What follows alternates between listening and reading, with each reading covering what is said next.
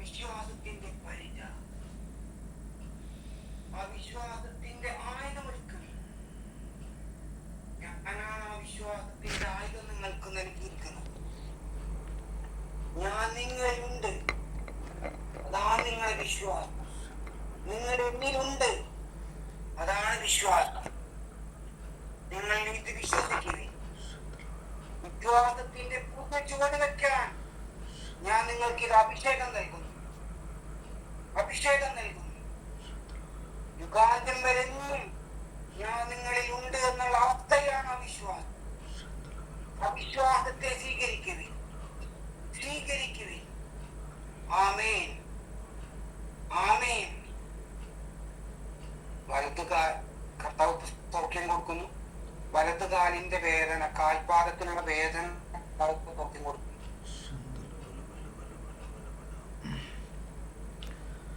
Hallelujah. നമുക്കൊന്ന് സ്തുതിക്കുക. ഹല്ലേലൂയ. Praise you Lord. Thank you Lord. Praise you Jesus. Hallelujah. Hallelujah.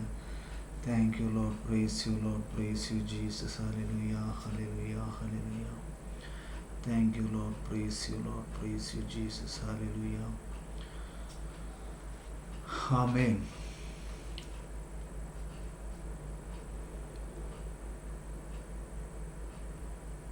കത്തോലിക്ക സഭയുടെ മതബോധന ഗ്രന്ഥം 2629 ഖണ്ഡിക കേട്ടോ. 2629 ഖണ്ഡിക.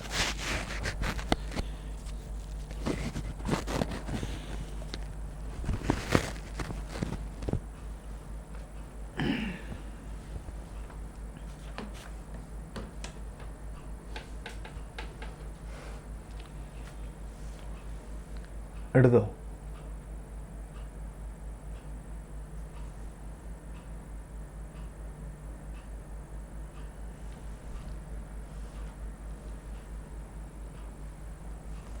വായിക്കട്ടെ.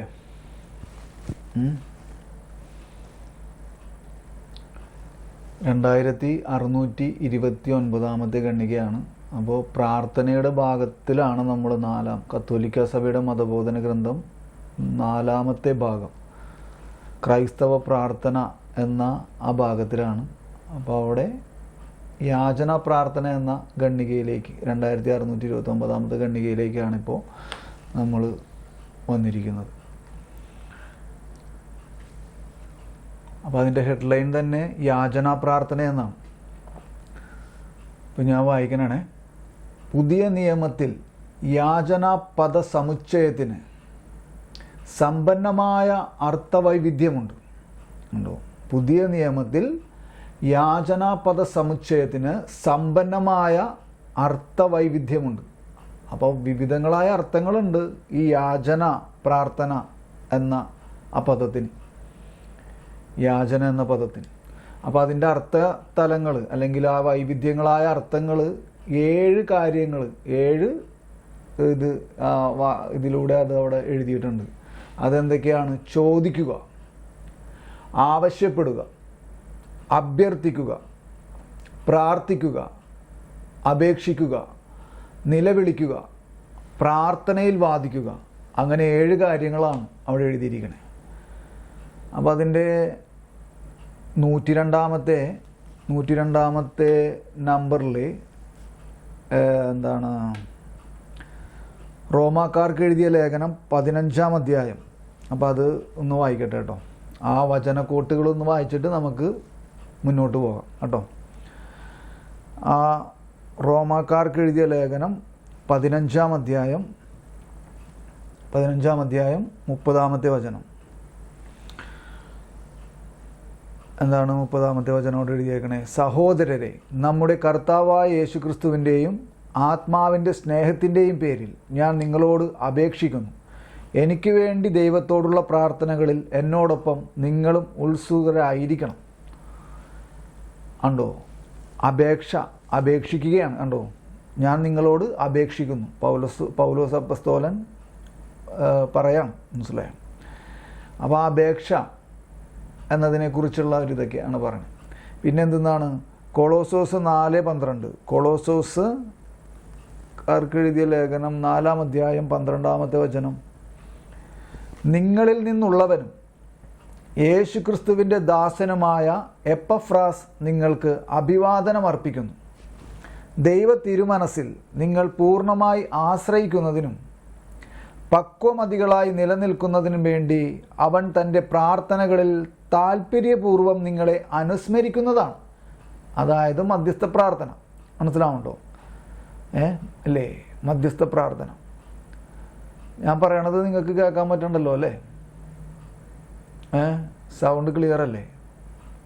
ഇവിടെ ഇടക്ക് നെറ്റിൻ്റെ ഇത് കാണിക്കുന്നുണ്ട്. നെറ്റ് ഇടക്ക് ഇങ്ങനെ കട്ടായി പോണൊക്കെ ഉണ്ട് എൻ്റെ ഇതിൽ നിന്ന്. പിന്നെ അത് കുഴപ്പമില്ലല്ലോ, നിങ്ങൾക്ക് സൗണ്ടിൻ്റെ ഇതിൽ കുഴപ്പമൊന്നുമില്ലല്ലോ? ഞാൻ പറയണത് കേൾക്കാൻ പറ്റണ്ടോ?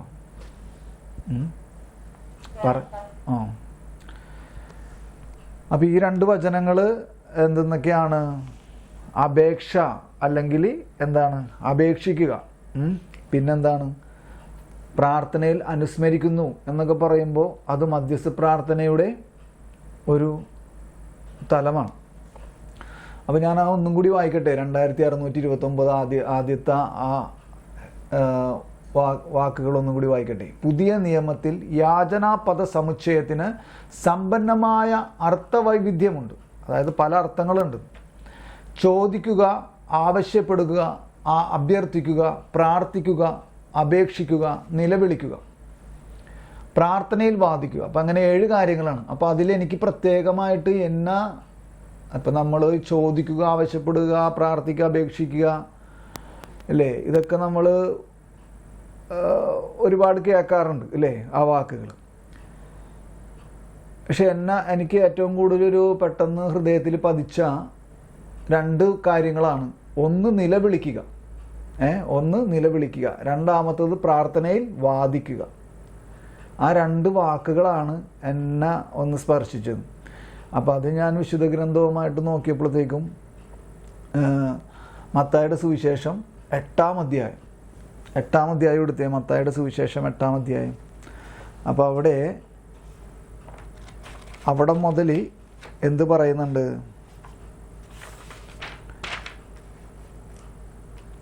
അപ്പോൾ അവിടെ 1-2-3 കാര്യങ്ങളൊക്കെ നമുക്ക് കാണാൻ സാധിക്കും ഇതുമായിട്ട് ബന്ധപ്പെട്ടിട്ട്. ഈ യാചനാ പ്രാർത്ഥന ഇതുമായിട്ട് ബന്ധപ്പെട്ടിട്ട്, അല്ലെങ്കിൽ നിലവിളി, യാചന, ഇതൊക്കെ ആയിട്ട് ബന്ധപ്പെട്ടിട്ട്. അപ്പോൾ ഇവിടെ കുഷ്ഠരോഗിക്ക് സൗഖ്യം ലഭിക്കുന്നു എന്നുള്ള 8-ാമത്തെ അധ്യായമാണ്. ഏത്? മത്തായിയുടെ വിശുദ്ധ സുവിശേഷം 8-ാം അധ്യായത്തിൽ. അപ്പോൾ അത് മുഴുവനും ഞാൻ വായിക്കുന്നില്ല, എന്നിരുന്നാലും ഞാൻ അതിൻ്റെ അതിൻ്റെ പ്രധാനപ്പെട്ട ഭാഗം മാത്രം ഞാൻ വായിക്കാം. യേശു മലയിൽ നിന്ന് ഇറങ്ങി വന്നപ്പോൾ വലിയ ജനക്കൂട്ടം അവനെ അനുഗമിച്ചു. അപ്പോൾ ഒരു കുഷ്ഠരോഗി അടുത്ത് വന്ന് താണുവണങ്ങി പറഞ്ഞു, കർത്താവേ, കണ്ടോ, ഇതാണ് യാചന. താണുവണങ്ങി പറഞ്ഞു, കർത്താവേ, അങ്ങ് മനസ്സാകുന്നെങ്കിൽ എന്നെ ശുദ്ധനാക്കാൻ കഴിയും. കണ്ടോ, ഇത് ശരിക്കും യാചനാ പ്രാർത്ഥനയാണ്. മനസ്സിലായോ?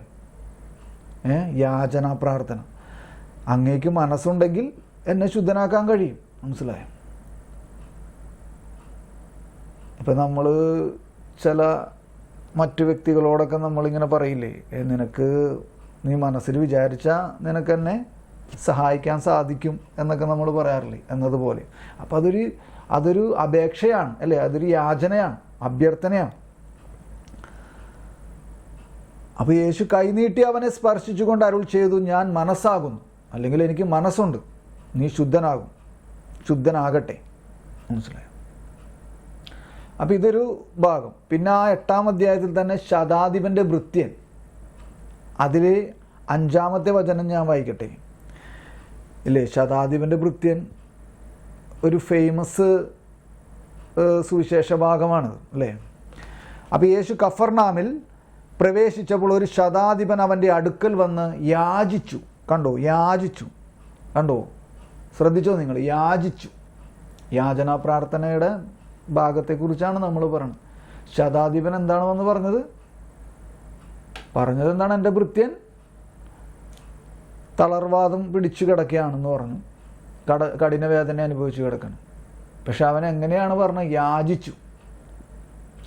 ഉണ്ടോ? യാചിച്ചു. പിന്നെ അതേപോലെ തന്നെ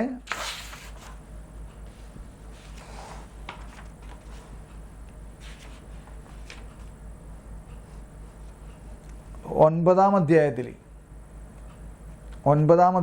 നോക്കി, 9-ാം അധ്യായം അന്തർക്ക് കാഴ്ച നൽകുന്നു എന്നുള്ള തലക്കെട്ടിൻ്റെ അവിടെ 27-ാമത്തെ വചനം മുതൽ 27-ാമത്തെ വചനം ശ്രദ്ധിക്കണം കേട്ടോ.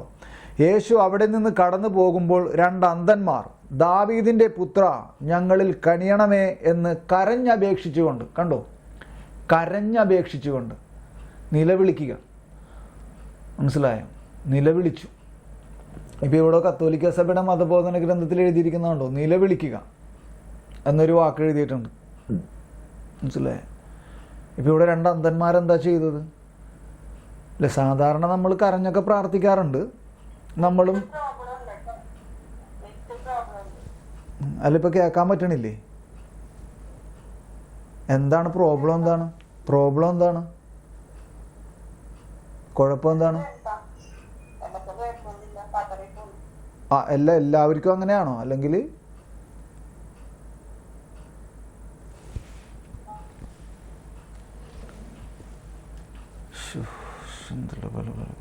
ഒന്ന് പ്രാർത്ഥിച്ചേ.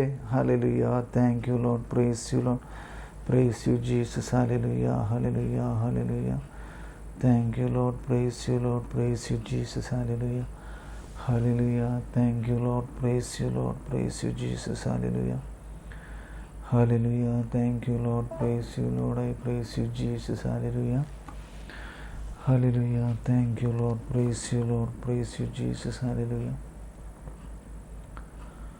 Thank you Lord, praise you Lord, praise you Jesus. Hallelujah, hallelujah.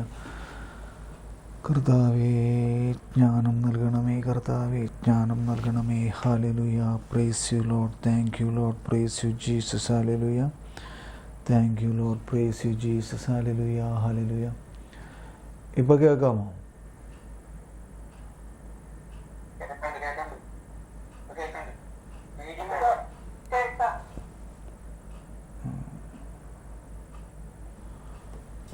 അപ്പൊ എവിടം മുതലാണ് നിങ്ങൾ കേൾക്കാണ്ടായത്?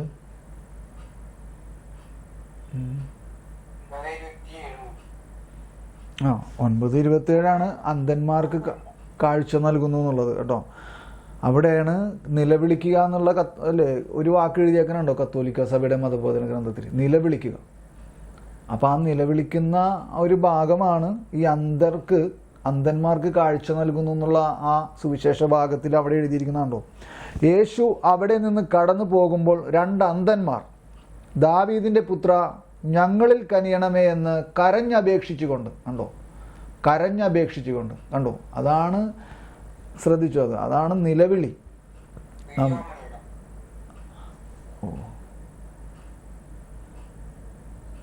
അതാണ് നിലവിളി. മനസ്സിലായോ? സാധാരണ രീതിയിൽ നമ്മൾ കരഞ്ഞൊക്കെ പ്രാർത്ഥിക്കാറുണ്ട്. പക്ഷേ ഇവിടെ ഒരു എവിടെയാണ് ഇത്? റോട്ടിൽ പൊതുസമൂഹത്തിൽ വെച്ചിട്ടാണ് ഉച്ചത്തിൽ 2 അന്ധന്മാർ ഉറക്കെ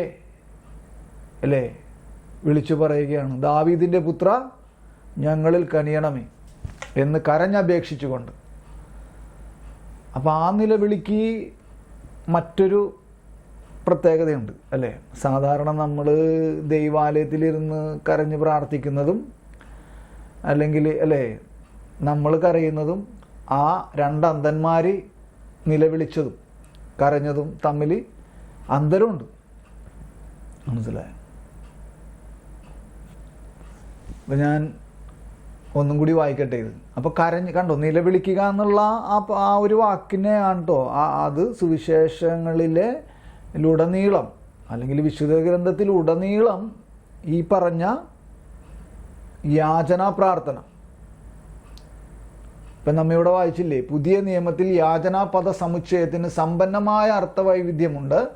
ചോദിക്കുക, ആവശ്യപ്പെടുക, അഭ്യർത്ഥിക്കുക, പ്രാർത്ഥിക്കുക, അപേക്ഷിക്കുക, നിലവിളിക്കുക, പ്രാർത്ഥനയിൽ വാദിക്കുക. അപ്പം ഇതെല്ലാം സുവിശേഷം, പഴയ നിയമത്തിലായാലും പുതിയ നിയമത്തിലായാലും എല്ലാം എന്തുണ്ട്? ഈ ഘടകങ്ങളെല്ലാം അടങ്ങുന്ന യാചനാ പ്രാർത്ഥന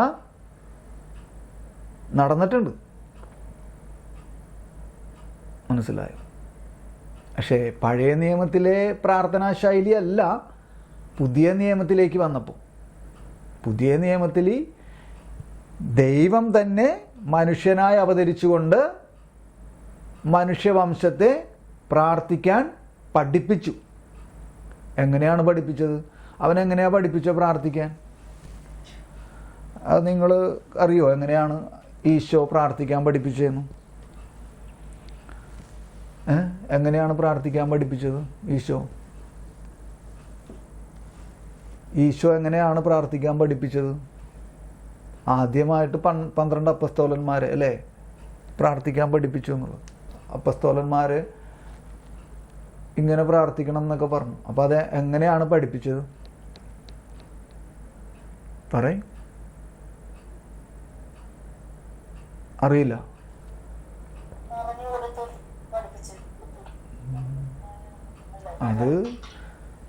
അതൊക്കെ. പക്ഷെ അതിന് മുൻപ് എന്ത് ചെയ്തു?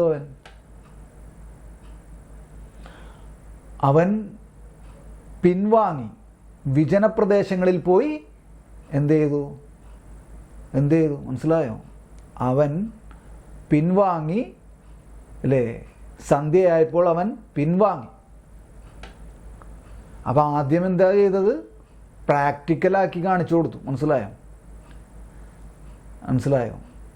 എന്ത് ചെയ്തു? ഇങ്ങനെയാണ് പ്രാർത്ഥിക്കേണ്ടതെന്ന് മനുഷ്യാവതാരം എടുത്തു വന്നിട്ട് അവൻ മനുഷ്യവംശത്തിന് കാണിച്ചു കൊടുത്തു. ഇങ്ങനെയാണ് പ്രാർത്ഥിക്കേണ്ടത്. അങ്ങനെയാണ് ഈശോ പ്രാർത്ഥിക്കാൻ മനുഷ്യരെ പഠിപ്പിച്ചത്, പ്രത്യേകിച്ച് അപ്പസ്തോലന്മാരെ. അപ്പം അതാദ്യം നമ്മുടെ ഉള്ളിലുണ്ടാവണം. അപ്പം അവൻ പഠിപ്പിച്ചത് പറഞ്ഞു കൊടുത്തു തന്നെയാണ്, ശരിയാണ്. പക്ഷെ അവൻ എന്ത് ചെയ്തു? എന്താ ചെയ്തത്? തിയറി മാത്രമല്ല, അവിടെ പ്രാക്ടിക്കലി അത് കാണിച്ചു കൊടുത്തു. മദർ തെരേസയുടെ ഒരു വാക്കാണിങ്ങനെ. അതെന്നെ ഒരുപാട് കാര്യങ്ങൾ നമുക്ക് സ്പർശനം ആയിട്ടുണ്ട് മദർ തെരേസയുടെ. പക്ഷെ അതിലൊരു വാക്ക് ഇങ്ങനെയാണ്: മാതൃകകളെ ചൂണ്ടിക്കാട്ടാൻ എളുപ്പമാണ്. മാതൃകകളെ ചൂണ്ടിക്കാട്ടാൻ എളുപ്പമാണ്. മനസ്സിലായേ? എന്നാൽ മാതൃകയാവുക എന്നത് എളുപ്പമുള്ള കാര്യമല്ല. മനസ്സിലായോ? മാതൃകകളെ ചൂണ്ടിക്കാട്ടാൻ എളുപ്പമാണ്. കണ്ടോ, അയാൾ അങ്ങനെ ഇങ്ങനെ അല്ലേ? ഇപ്പം നമ്മൾ പല ഇവിടെ വളരെ സംഭവ വികാസമായി ജീവിച്ചിരുന്ന പല ആളുകളുടെയും പേരുകളൊക്കെ അല്ലെങ്കിൽ അങ്ങനെ നമ്മൾ അങ്ങനെ കാണിച്ച് ഒരു മോട്ടിവേഷൻ അല്ലേ, അങ്ങനത്തെ ആളായിരുന്നു, ഇങ്ങനത്തെ ആളായിരുന്നു, വലിയ യുദ്ധത്തിൽ പങ്കെടുത്ത്, അങ്ങനെയൊക്കെ കുറേ പറഞ്ഞിട്ട് നമ്മൾ മാതൃക അങ്ങനെ അതേപോലെ ജീവിക്കണമെന്നൊക്കെ പറഞ്ഞ് നമ്മൾ ഇതാക്കാറുണ്ട്. പക്ഷെ മാതൃകയായി തീരുക എന്നത്, മനസ്സിലായോ? മാതൃകകളെ ചൂണ്ടിക്കാട്ടാൻ എളുപ്പമാണ്, മാതൃകയായി തീരുക എന്നത് പ്രയാസമാണ്. പറ്റില്ല എന്ന് പറഞ്ഞിട്ടില്ല, പ്രയാസമാണെന്ന് പറഞ്ഞിട്ടുള്ളൂ. മനസ്സിലായോ? പ്രയാസമാണ്, അതുറപ്പല്ലേ? അപ്പം എന്നതുപോലെയാണ്. അപ്പം ഈശോ ഇപ്പോൾ വരുന്നൊരു വചനം എനിക്ക് ഇപ്പോൾ ഇങ്ങനെ ഓർമ്മ വരുന്നത് ഇതാണ്. യോഹന്നാൻ്റെ സുവിശേഷം 13-ാം അധ്യായത്തിൽ 15-ാമത്തെ വചനം. എന്തെന്നാണത്? യോഹന്നാൻ്റെ സുവിശേഷം 13-ാം അധ്യായം ശിഷ്യന്മാരുടെ പാദം കഴുകുന്നെന്നുള്ളത് ഭാഗമാണ്. അപ്പോൾ അവിടെ 15-ാമത്തെ നമ്പർ ഒരു വചനം പറയുന്നുണ്ട്. 15-ൽ വചനം പറയുന്നുണ്ട്. 13-ാം അധ്യായത്തിൽ 15-ാമത്തെ വചനം ശ്രദ്ധിച്ചിട്ടുണ്ടോ നിങ്ങൾ? എന്തെന്നാണ്? ഞാൻ നിങ്ങൾക്ക് ചെയ്തതുപോലെ നിങ്ങളും ചെയ്യേണ്ടതിന് ഞാൻ നിങ്ങൾക്ക് ഒരു മാതൃക നൽകിയിരിക്കുന്നു. ശരിയാണോ? അങ്ങനെ തന്നെയാണ് എഴുതിയേക്കണേ. ഞാൻ നിങ്ങൾക്ക് ചെയ്തതുപോലെ നിങ്ങളും ചെയ്യേണ്ടതിന് ഞാൻ നിങ്ങൾക്കൊരു മാതൃക നൽകിയിരിക്കുന്നു. അപ്പോൾ അവൻ്റെ മനുഷ്യാവതാരം മുഴുവനും എന്തായിരുന്നു? അവൻ മറ്റുള്ള മാതൃകകൾ ഇങ്ങനെ പറഞ്ഞ് പഠിപ്പിക്കുകയല്ല ചെയ്ത്. അവനതെന്ത് ചെയ്തു? ഇതിങ്ങനെയാണ് ചെയ്യേണ്ടതെന്ന് കാണിച്ചു തന്നു. അതിന് ഞാനൊരു ഉദാഹരണം ഇങ്ങനെ പറയാറുണ്ടായിരുന്നു. അത് ഇപ്പം മനസ്സിൽ ഓർമ്മ തന്നെയാണ്. അപ്പോൾ ഈ കാര്യങ്ങളും അതുമായിട്ട് അങ്ങനെ അത്ര നല്ല കാര്യമല്ല. എന്നിരുന്നാലും അതിങ്ങനെ മനസ്സിൽ വന്നുകൊണ്ട് ഞാൻ പറയുന്നതാണ്. നമ്മൾ ഈ പ്രശ്നങ്ങളൊക്കെ ആയിട്ട് നടന്നിരുന്നൊരു ജീവിത കാലഘട്ടത്തിൽ ഈ അല്ലേ ആയുധങ്ങളൊക്കെ ആയിട്ട് ഇങ്ങനെ നമ്മൾ പലവരെ ഉപദ്രവിക്കാനൊക്കെ ഇങ്ങനെ പോകുമ്പോൾ നമ്മുടെ ആശാൻ എന്ന് വിളിക്കപ്പെടുന്ന ഒരു നമ്മുടെ കൂട്ടത്തിലുള്ള അല്ലേ ഹെഡ്, അപ്പം അദ്ദേഹം എന്ത് ചെയ്തിരുന്നു? അപ്പം അദ്ദേഹം ഇങ്ങനെ പറയും, അപ്പം നമ്മളൊരു കാര്യം ചെയ്യാൻ വേണ്ടി പോവാണ്, ഒരാളെ ഉപദ്രവിക്കാൻ വേണ്ടി പോവാണ് ആയുധമൊക്കെ ആയിട്ട്. അപ്പം അങ്ങനെ പോകുമ്പോൾ അപ്പം ഇങ്ങനെയൊക്കെ ചെയ്യണമെന്ന് ഇദ്ദേഹം പറഞ്ഞിട്ടുണ്ട്. പക്ഷെ എന്നിരുന്നാലും എന്ത് ചെയ്യും? ഇദ്ദേഹം തന്നെ ആദ്യം ഫ്രണ്ടിൽ നിന്നിട്ട് അത് ചെയ്യും. മനസ്സിലായോ എന്താ ഞാൻ പറഞ്ഞത്? ഇദ്ദേഹം തന്നെ ഞങ്ങളുടെ ഫ്രണ്ടിൽ നിന്ന് അതങ്ങോട്ട് ചെയ്ത് കാണിച്ചു തരും. മനസ്സിലായോ? ഇത് ഇപ്പം നമ്മൾ പറഞ്ഞുകൊണ്ടിരിക്കുന്ന കാര്യമായിട്ട് ബന്ധപ്പെടുത്താൻ അത്ര നല്ല കാര്യമല്ല. പക്ഷെ എന്നിരുന്നാലും അതൊരു നല്ല അർത്ഥത്തിൽ ചിന്തിക്കുക അതിന്. ആ പ്രമേയം നല്ലതല്ല, പക്ഷേ മനസ്സിലായോ? നിങ്ങൾ ആ അർത്ഥത്തിൽ അതിനൊരു നല്ലൊരു രീതിയിൽ അതിന് നല്ല ഒരു വശം തിരഞ്ഞെടുക്കുക. അതിൻ്റെ ഒരു നല്ല വശത്തിലൂടെ അതിൻ്റെ ഒരു എന്താ പറയുക, മനസ്സിലായോ? ആ ഒരാശയം മനസ്സിലായോ? അപ്പം ഇതന്നെയാണ് എന്ത് ഈശോ ചെയ്തത്. എന്താണ് ഈശോ കാണിച്ചു കൊടുത്തു? ഇതാ ഇങ്ങനെയാണ് ജീവിക്കേണ്ടത്, ഇതിങ്ങനെയാണ് പ്രാർത്ഥിക്കേണ്ടത്, എല്ലാം പറഞ്ഞു കൊടുത്തു, ശരിയാണ്. പക്ഷെ അത് കഴിഞ്ഞിട്ട് അവൻ എന്ത് ചെയ്തു? അവൻ പറഞ്ഞു കൊടുത്തത് മാത്രമല്ല, അവൻ ചെയ്ത് കാണിച്ചു കൊടുത്തു എന്നുള്ളത് വളരെ ഇമ്പോർട്ടൻ്റ് ആയിട്ടുള്ള കാര്യമാണ്. അതാണ് പ്രാർത്ഥിക്കാൻ പഠിപ്പിച്ചത് എങ്ങനെയാണ് എന്ന് ചോദിച്ചപ്പോൾ നിങ്ങളാരും പെട്ടെന്ന് ഉത്തരം പറഞ്ഞില്ല, പെട്ടെന്ന് സ്റ്റക്കായി പോയി. പറഞ്ഞു കൊടുത്തു എന്നുള്ളത് സിമ്പിളല്ലേ? അത് നമുക്ക് സുവിശേഷത്തിൽ ഉണ്ട്. അവൻ പോയി പ്രാർത്ഥനയിൽ ഏകനായി പ്രാർത്ഥിക്കാൻ വേണ്ടി പിതാവുമായിട്ട് ഗാഢബന്ധം സ്ഥാപിക്കാൻ വേണ്ടി പോയി വിജനപ്രദേശത്തേക്ക് പിൻവാങ്ങി എന്നുള്ളതും സുവിശേഷത്തിലുണ്ട്. അത് നമ്മൾക്ക് ഓർമ്മ വന്നില്ല പെട്ടെന്ന്. മനസ്സിലായോ?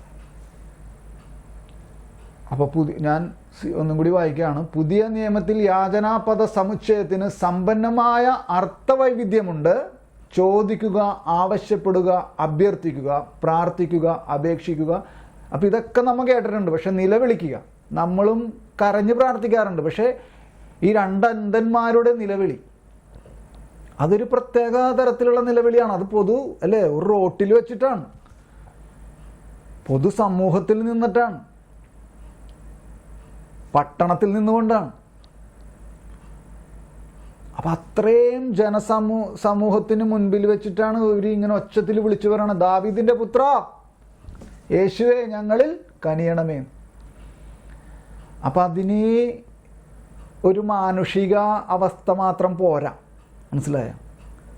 അതിനൊരു ദൈവികത ഉള്ളിലുണ്ടാവണം. അങ്ങനെ വിളിച്ച് പ്രാർത്ഥിക്കണമെങ്കിൽ അത് ഒരു ഭാഗമാണ്. അപ്പം നിലവിളിക്കുക എന്നുള്ളത് എന്നെ ഇങ്ങനെ സ്പർശിച്ചു എന്നുള്ളതിനെക്കുറിച്ച് ഞാൻ പറയാനാണ്, മനസ്സിലായോ? അപ്പം അത് ഒരു പ്രത്യേക ഒരു പ്രാർത്ഥനയായിട്ട് എനിക്ക് തോന്നി, നിലവിളിക്കുക. അപ്പം സുവിശേഷത്തിൽ മാത്രമല്ല, വിശുദ്ധ ഗ്രന്ഥം മുഴുവനും, പഴയ നിയമമായാലും പുതിയ നിയമം അടങ്ങുന്ന വിശുദ്ധ ഗ്രന്ഥം മുഴുവനിലും ഈ നിലവിളി നമുക്ക് കാണാൻ പറ്റും. ഇപ്പം മോശ നിലവിളിച്ചതായിട്ട് പുറപ്പാടിൻ്റെ പുസ്തകത്തിലൂടെ കടന്നു പോകുമ്പോൾ നമുക്ക് കാണാൻ പറ്റും, ഇസ്രായേൽ ജനത്തിന് വേണ്ടി. മനസ്സിലായോ? അപ്പം ഇങ്ങനെ ഓരോ നിലവിളികളും നമ്മൾ കാണുന്നുണ്ട്. അപ്പം ഞാനിപ്പോൾ ഈ പുതിയ നിയമത്തിൽ നിന്ന്, സുവിശേഷ ഭാഗത്തിൽ നിന്ന് ഈ 1-2 കാര്യങ്ങൾ എടുത്തതാണ്. അതേപോലെ കാനാൻകാരി ഇല്ലേ, കാനാൻകാരി സ്ത്രീ 15-ാം അധ്യായത്തിൽ അത് നോക്കിയേ. 15-ാം അധ്യായത്തിൽ ഒറ്റ വാക്കാണ്, 15-ാം അധ്യായത്തിൽ ഒറ്റ വാക്ക്. അത് മാത്രം ഞാൻ വായിക്കാം. 15-ാം അധ്യായത്തിൽ എവിടെയാണ്? 15-ാം അധ്യായത്തിൽ കാനാൻകാരി 15-ാം അധ്യായം മത്തായിയുടെ സുവിശേഷം തന്നെ 15-ാം അധ്യായം 21-ാമത്തെ വചനത്തിൽ എന്താണ്? യേശു അവിടെ നിന്ന് പുറപ്പെട്ട് ടൈർ, സീദോൻ എന്നീ പ്രദേശങ്ങളിലേക്ക് പോയി. അപ്പോൾ ആ പ്രദേശത്ത് നിന്ന് ഒരു കാനാൻകാരി വന്ന് കരഞ്ഞുകൊണ്ട് പറഞ്ഞു. കണ്ടോ? കരഞ്ഞുകൊണ്ട്, മനസ്സിലായോ? കരഞ്ഞുകൊണ്ട്. അപ്പം ഇതൊക്കെ വളരെ പ്രധാനപ്പെട്ട ഭാഗങ്ങളാണ്, വ്യക്തികളുമാണ് സുവിശേഷത്തിൽ ഒഴിച്ചുകൂടാൻ പറ്റാത്ത. ഈ പറയണ യാചനാ പ്രാർത്ഥനയുമായി ബന്ധപ്പെട്ട് ഒഴിച്ചുകൂടാൻ പറ്റാത്ത അതും അല്ലാതെയും ഒഴിച്ചുകൂടാൻ പറ്റാത്തത് അല്ലേ സുവിശേഷ ഭാഗങ്ങളാണിതെല്ലാം. പ്രത്യേകിച്ച് നമ്മളിപ്പോൾ പറഞ്ഞുകൊണ്ടിരിക്കുന്ന ഈ ഘടകം കണ്ടോ. ഒരു കാനാൻകാരി വന്ന് കരഞ്ഞുകൊണ്ട് അപേക്ഷിച്ചു, കരഞ്ഞുകൊണ്ട് പറഞ്ഞു. കണ്ടോ, ഇവിടെയും പറയണം, കർത്താവേ ദാവീദിന്റെ പുത്ര എന്നിൽ കനിയണമേ.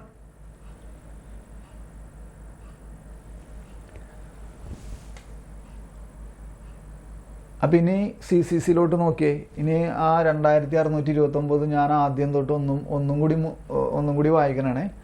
പുതിയ നിയമത്തിൽ യാചനാപദ സമുച്ചയം കണ്ടോ. ഈ യാചന എന്ന പദത്തിൻ്റെ ഈ വാക്കിന് സമ്പന്നമായ അർത്ഥവൈവിധ്യമുണ്ട്.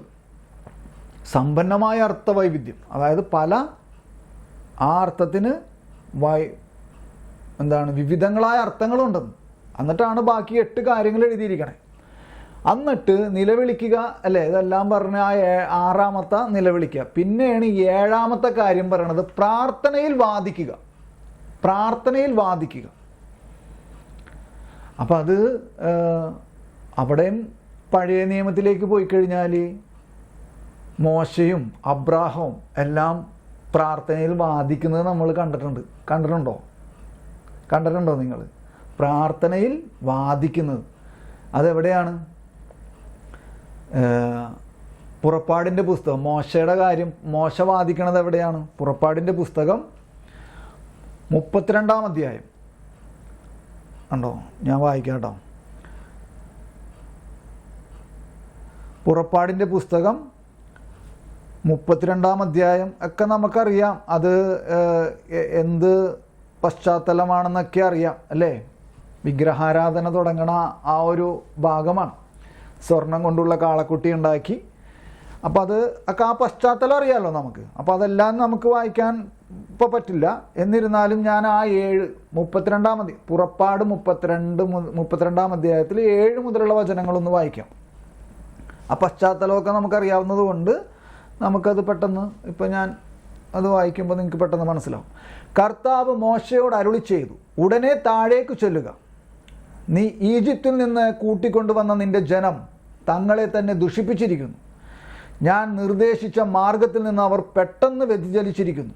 അവർ ഒരു കാളക്കുട്ടിയെ വാർത്തെടുത്ത് അതിനെ ആരാധിക്കുകയും അതിന് ബലിയർപ്പിക്കുകയും ചെയ്തിരിക്കുന്നു. ഇസ്രായേലെ, നിന്നെ ഈജിപ്തിൽ നിന്ന് കൊണ്ടുവന്ന ദേവന്മാർ ഇതാ എന്നവർ പറഞ്ഞിരിക്കുന്നു. കർത്താവ് മോശയോട് അരുളി ചെയ്തു, ഇവർ ദുശ്ചാഠ്യക്കാരായ ഒരു ജനമാണെന്ന് ഞാൻ കണ്ടു കഴിഞ്ഞു. അതിനാൽ എന്നെ അപ്പോൾ കണ്ടോ, അപ്പോൾ കർത്താവ് പറയാണ് എന്താണ്? അതിനാൽ എന്നെ തടയരുത്, എൻ്റെ ക്രോധം ആളിക്കത്തി അവരെ വിഴുങ്ങിക്കളയട്ടെ. എന്നാൽ നിന്നിൽ നിന്ന് ഒരു വലിയ ജനതയെ ഞാൻ പുറപ്പെടുവിക്കും. മോശ ദൈവമായ കർത്താവിനോട് കാരുണ്യം യാചിച്ചുകൊണ്ട്, കണ്ടോ, യാചന പ്രാർത്ഥന, കാരുണ്യം യാചിച്ചുകൊണ്ട്. അപ്പം ഇവിടെ ഈ ഭാഗത്തിൽ തന്നെ എന്തുണ്ട്? ഈ ഭാഗത്തിൽ തന്നെ പ്രാർത്ഥനയിൽ വാദിക്കുന്ന ഭാഗവും നമുക്ക് കാണാൻ പറ്റും. അപ്പോൾ അതിനോട്ട് നമുക്ക് വരാം. അപ്പോൾ ഈ ഒരു വേർഡ് നിങ്ങളുടെ ഉള്ളിലിരിക്കട്ടെ, കാരുണ്യം യാചിച്ചുകൊണ്ട്. അപ്പോൾ ആ ജനത്തെ കർത്താവ് നശിപ്പിക്കും എന്ന് പറയുമ്പോൾ മോശ കാരുണ്യം യാചിക്കുകയാണ്. യാചനാ പ്രാർത്ഥന കണ്ടോ, യാചനാ പ്രാർത്ഥന. കാരുണ്യം യാചിച്ചുകൊണ്ട് പറഞ്ഞു, കർത്താവെ, വലിയ ശക്തിയോടും കരബലത്തോടും കൂടെ അങ്ങ് തന്നെ ഈജിപ്തിൽ നിന്ന് പുറത്തു കൊണ്ടുവന്ന അങ്ങയുടെ ജനത്തിനെതിരെ അവിടുത്തെ ക്രോധം ജ്വലിക്കുന്നതെന്ത്? മലമുകളിൽ വെച്ച് കൊന്നുകളയുന്നതിനും ഭൂമുഖത്തു നിന്ന് തുടച്ചു മാറ്റുന്നതിനുമുള്ള ദുരുദ്ദേശത്തോടു കൂടിയാണ് അവരെ, അതായത് ദൈവം അവരെ കൊണ്ടുപോയതെന്ന് ഈജിപ്തുകാർ പറയാനിട വരുത്തുന്നത് എന്തിന്? അവിടുത്തെ ഉഗ്രകോപം കൈവെടിയണമേ. കണ്ടോ, ഇവിടെ മധ്യസ്ഥ പ്രാർത്ഥനയുണ്ട്, യാചനാ പ്രാർത്ഥനയുണ്ട്. കണ്ടോ, അപേക്ഷിക്കണമല്ലേ, അഭ്യർത്ഥിക്കണമല്ലേ, ചോദിക്കണമല്ലേ, ആവശ്യപ്പെടണമല്ലേ, നിലവിളിക്കണമല്ലേ. പ്രാർത്ഥനയിൽ വാദിക്കണമല്ലേ.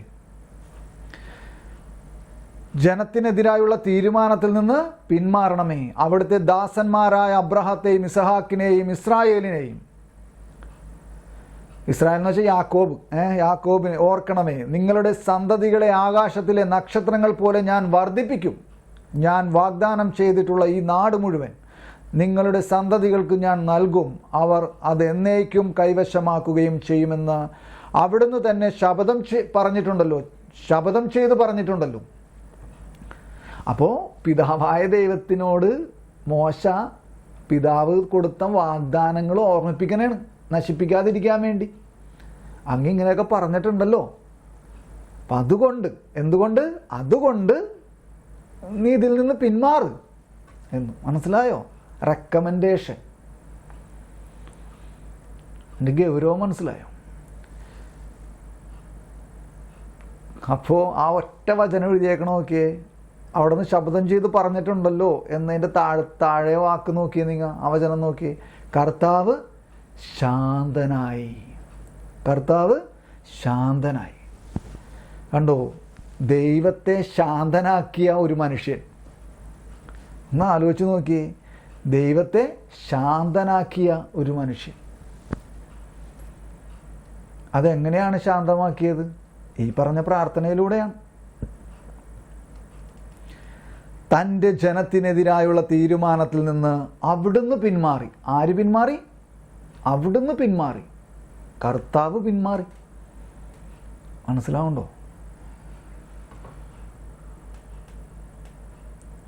അത് കഴിഞ്ഞിട്ട് പിന്നെ 31 മുതൽ ഞാനൊന്നും കൂടി വായിക്കട്ടെ. 31 മുതൽ ഇവിടെയാണ് പ്രാർത്ഥനയിൽ വാദിക്കുക എന്നൊരു ഭാഗം നമുക്ക് ചെറിയൊരു ഇത് നമുക്ക് കാണാൻ പറ്റും. 31 ഈ അധ്യായത്തിൽ തന്നെ 31-ാമത്തെ വചനം മുതൽ. മോശ കർത്താവിൻ്റെ അടുക്കൽ തിരിച്ചു ചെന്ന് പറഞ്ഞു, ഈ ജനം ഒരു വലിയ പാപം ചെയ്തു പോയി. അവർ തങ്ങൾക്കായി സ്വർണം കൊണ്ട് ദേവന്മാരെ നിർമ്മിച്ചു.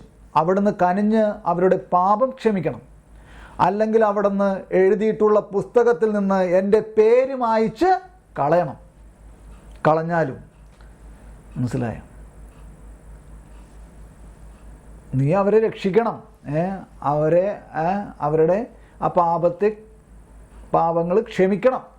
അല്ലെങ്കിൽ നിന്റെ ജീവന്റെ പുസ്തകത്തിൽ നിന്ന് എൻ്റെ പേര് മായിച്ചു കളഞ്ഞാലോ. അപ്പം അത്രയും പെർഫെക്റ്റായിട്ടും അല്ലേ, അത്രയും ദൃഢമായിട്ടുമാണ് മോശ മധ്യസ്ഥം വഹിക്കണത്. ഇസ്രായേൽ ജനത്തിന് വേണ്ടി റെക്കമെൻഡേഷൻ ചെയ്യണത്, അല്ലെങ്കിൽ പ്രാർത്ഥിക്കുന്നത്.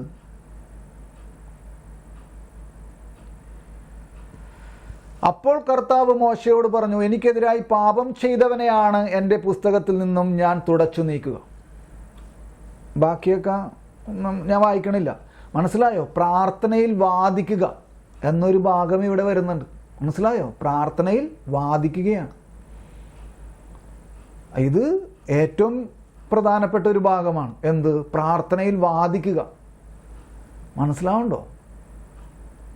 ഇത് പുതിയ നിയമത്തിലും നമുക്ക് കാണാൻ സാധിക്കും. എവിടെയാണ് പെട്ടെന്ന് പറയാൻ പറ്റണത്? പുതിയ നിയമത്തിൽ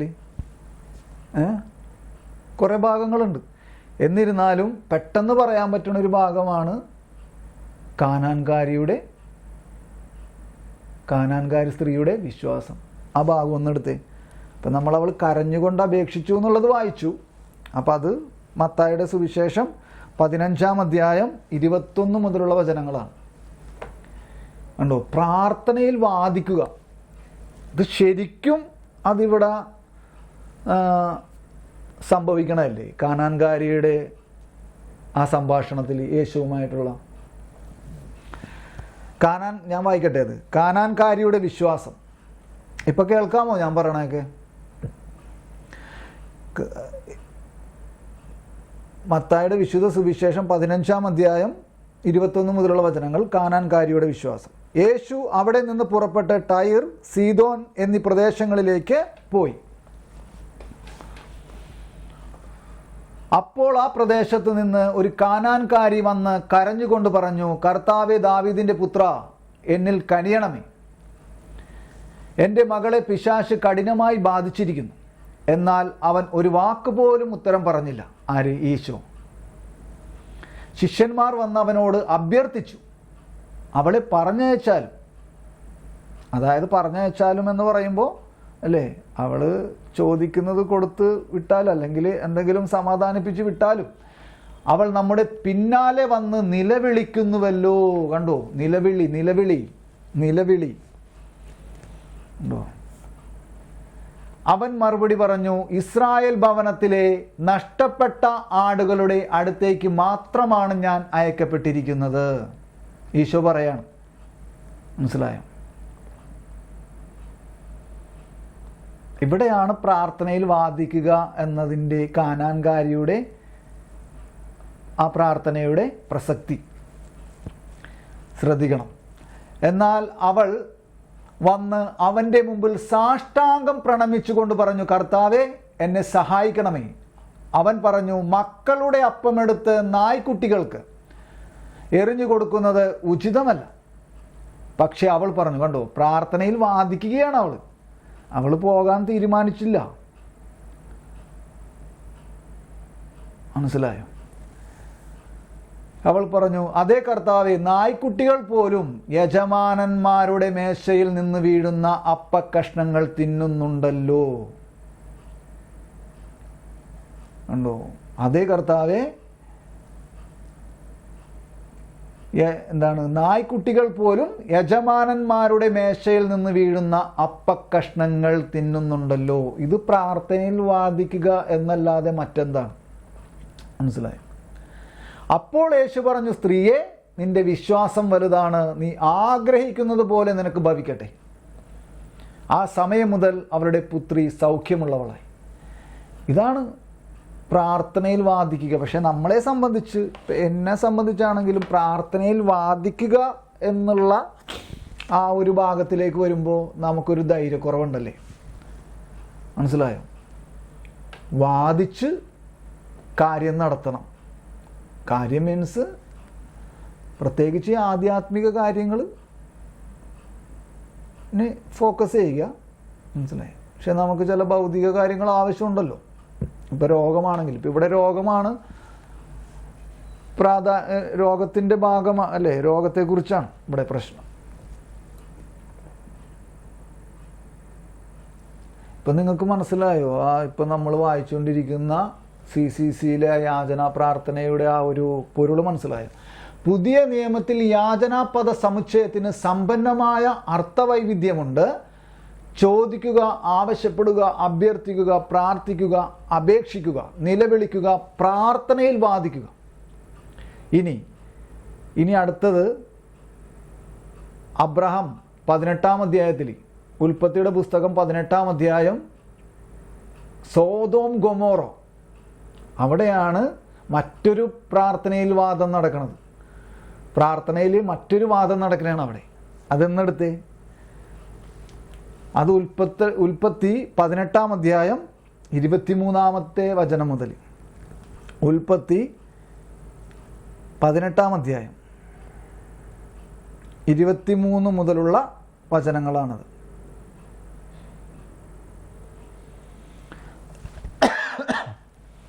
ഞാൻ വായിക്കാൻ പോണേ, നിങ്ങൾ ശ്രദ്ധിക്കണേ. അത് ബൈബിൾ എല്ലാവരും എടുത്ത് അത് നോക്കി ഇരിക്കണം. ഞാനിവിടെ വായിക്കാം കേട്ടോ.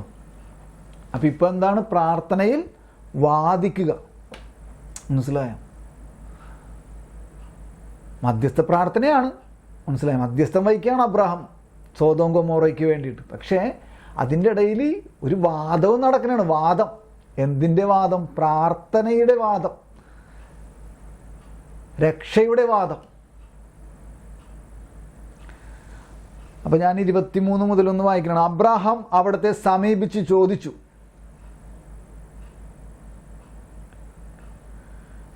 ഞാൻ ഒരു കാര്യം ചെയ്യാം. സോദോം ഗൊമോറ എന്നുള്ള, അതായത് 16 മുതൽ വായിക്കാം. 23 മുതലാണ് നമുക്ക് പ്രസക്തമായിട്ടുള്ളത്, പ്രധാനപ്പെട്ട ഭാഗം. പക്ഷെ എന്നിരുന്നാലും നമുക്കൊന്നും കൂടി ആ പശ്ചാത്തലം ഒന്നും കൂടി മനസ്സിലാക്കി പോവാം. സോദോം ഗൊമോറ നമുക്കറിയാം അതിൻ്റെ പശ്ചാത്തലം, എന്നിരുന്നാലും ഒന്നും കൂടി വായിക്കാം. 16 മുതൽ വായിക്കാം. അവർ അവിടെ നിന്ന്, ആരാണ് അവരെന്ന് പറഞ്ഞത്? അതിനു മുമ്പ് 3 അല്ലേ, നമ്മൾ 3 പേര് വന്ന കാര്യമൊക്കെ പറഞ്ഞിട്ടില്ലേ പൊക്കത്ത് അല്ലേ? പറഞ്ഞോ ഇല്ലയോ? നമ്മളിപ്പോൾ പറഞ്ഞതല്ല, നേരത്തെ നമ്മൾ പറഞ്ഞിട്ടില്ലേ? മനസ്സിലായോ? അവൻ ഓക്കുമരത്തിൻ്റെ അടിയിലിരിക്കുമ്പോൾ അവൻ്റെ അടുത്ത് ആരാ വന്നത്? അപ്പം അവർ എണീറ്റ് പോകുന്ന ഭാഗമാണ് ഈ പറയുന്നത്. അവർ അവിടെ നിന്ന് എഴുന്നേറ്റ് സോദോമിനു നേരെ തിരിച്ചു. വഴിയിലെത്തുന്നത് വരെ അബ്രാഹം അവരെ അനുയാത്ര ചെയ്തു. ശ്രദ്ധിക്കണം കേട്ടോ, ഓരോ വാക്കും ശ്രദ്ധിക്കണം, ഓരോ വചനം. കർത്താവ് ആലോചിച്ചു. ഉണ്ടോ? കർത്താവ് ആലോചിച്ചു. എന്താലോചിച്ചു? അബ്രാഹം മഹത്വം ശക്തവുമായൊരു ജനതയായി തീരുമെന്നും ഭൂമിയിലെ ജനപദങ്ങളെല്ലാം അവനിലൂടെ അനുഗ്രഹിക്കപ്പെടുമെന്നും അറിഞ്ഞിരിക്കെ, കണ്ടോ, അവനോടത് വാഗ്ദാനം നൽകിയിട്ടുണ്ട് കർത്താവ്. അപ്പോൾ അവനത് അറിയാം. അങ്ങനെ അറിഞ്ഞിരിക്കെ ഞാൻ അതായത് കർത്താവ് ചെയ്യാൻ പോകുന്ന കാര്യം എന്താണ്? കർത്താവ് ചെയ്യാൻ പോണ കാര്യം ഈ ഗോദോം ഗൊമോറയെ നശിപ്പിക്കാൻ പോവാണ്. ആ കാര്യം അവനിൽ നിന്ന് മറച്ചു വെക്കണോ? ആരാലോചിക്കാണ്? ആരോട് തന്നെ ചോദിക്കുകയാണ്? കർത്താവിനോട് തന്നെ ചോദിക്കുകയാണ്. ഇത് ഞാൻ അബ്രാഹത്തിൽ നിന്ന് മറച്ചു വയ്ക്കേണ്ട കാര്യമുണ്ടോ? അവൻ അറിയിക്കേണ്ടതല്ലേ? ഞാൻ അവനെ തിരഞ്ഞെടുത്തിരിക്കുന്നത് നീതിയും ന്യായവും പ്രവർത്തിച്ച കർത്താവിൻ്റെ വഴിയിലൂടെ നടക്കാൻ തൻ്റെ മക്കളോടും പിന്മുറക്കാരോടും അവൻ കൽപ്പിക്കുന്നതിനും, അങ്ങനെ കർത്താവ് തൻ്റെ മക്കളോടും പിന്മുറക്കാരോടും അവൻ കൽപ്പിക്കുന്നതിനും, അങ്ങനെ കർത്താവ് അവനോട് ചെയ്ത വാഗ്ദാനം പൂർത്തിയാക്കുന്നതിനും വേണ്ടിയാണ്. ഞാൻ അവനെ തിരഞ്ഞെടുത്തത്. കർത്താവ് അവനെ തിരഞ്ഞെടുത്തേക്കണം. അബ്രാഹത്തെ തിരഞ്ഞെടുത്തത് ഇതിനു വേണ്ടിയൊക്കെയാണ്. കർത്താവ് പറഞ്ഞു, സോദോമിനും ഗൊമോറയ്ക്കും എതിരെയുള്ള മുറവിളി വളരെ വലുതാണ്. അവരുടെ പാപം ഗുരുതരവുമാണ്. അതിനാൽ അവരുടെ പ്രവൃത്തികൾ എൻ്റെ സന്നിധിയിലെത്തിയിട്ടുള്ള വിലാപങ്ങളെ സാധൂകരിക്കുന്നോ ഇല്ലയോ എന്നറിയാൻ ഞാൻ അവിടം വരെ പോവുകയാണ്. അതായത് കർത്താവ് സോദോം ഗൊമോറ സന്ദർശിക്കാൻ പോവുകയാണ്. അവർ അവിടെ നിന്ന് സോദോമിന് നേരെ നടന്നു. അബ്രാഹാം അപ്പോഴും കർത്താവിൻ്റെ മുമ്പിൽ തന്നെ നിന്നു. ഈ കർത്താവിൻ്റെ മുമ്പിൽ തന്നെ അബ്രാഹാം നിന്നു എന്നൊക്കെ പറയണതിന് വലിയ ആധ്യാത്മിക അർത്ഥമാണ്. മനസ്സിലായി? അബ്രാഹാം അവിടുത്തെ സമീപിച്ച് ചോദിച്ചു, ദുഷ്ടന്മാരോടൊപ്പം, കണ്ടോ, പ്രാർത്ഥനയിൽ വാദം തുടങ്ങി. പ്രാർത്ഥനയിൽ എന്ത് തുടങ്ങി? വാദം തുടങ്ങുകയാണ് ഇവിടെ. അബ്രാഹാം അവിടുത്തെ സമീപിച്ച് ചോദിച്ചു, ദുഷ്ടന്മാരോടൊപ്പം നീതിമാന്മാരെയും അങ്ങ് നശിപ്പിക്കുമോ? അപ്പോൾ കർത്താവ് പറയണമെന്ന് ഇല്ല, നഗരത്തിൽ 50 നീതിമാന്മാരുണ്ടെങ്കിൽ അങ്ങ് അതിനെ നശിപ്പിച്ച് കളയുമോ? അവരെ പ്രതി ആ സ്ഥലത്തെ ശിക്ഷയിൽ നിന്നും ഒഴിവാക്കില്ലേ? 50 പേരുണ്ടെങ്കിൽ നീ അത് നശിപ്പിക്കുമോ? ഒഴിവാക്കാൻ പറ്റില്ലേ നിനക്ക് എന്ന് അബ്രാഹാം ചോദിക്കുകയാണ്. ദുഷ്ടന്മാരോടൊപ്പം നീതിമാന്മാരെയും സംഹരിക്കുക, അത് അങ്ങിൽ നിന്നുണ്ടാകാതിരിക്കട്ടെ. കണ്ടു, അത് അങ്ങിൽ നിന്നും ഉണ്ടാകാതിരിക്കട്ടെ. അബ്രാഹാം പറയാണ്, മനസ്സിലായി? ദുഷ്ടന്മാരുടെ ഗതി തന്നെ നീതിമാന്മാർക്കും സംഭവിക്കാതിരിക്കട്ടെ. ഭൂമി മുഴുവൻ്റെയും വിധികർത്താവ് നീതി പ്രവർത്തിക്കാതിരിക്കുമോ? കണ്ടോ, പ്രാർത്ഥനയിൽ വാദം നടക്കുകയാണ്. ശരിക്ക് ഇപ്പം എനിക്ക് ഓർമ്മ വന്ന കോടതി മുറി. കണ്ടോ, ജഡ്ജ്മെൻറ്റ് നടന്നുകൊണ്ടിരിക്കുകയാണ്. ജഡ്ജ്മെൻറ്റ് എന്നാണ് കോടതിയിലെ കേസ് അതിനെ പറയുക. മനസ്സിലായോ? ആ കേസുമേൽ വാദം നടന്നുകൊണ്ടിരിക്കുകയാണ്. പ്രോസിക്യൂഷൻ്റെ വാദം, പിന്നെ എന്താണ് പ്രതികളുടെ വക്കീലിൻ്റെ വാദം,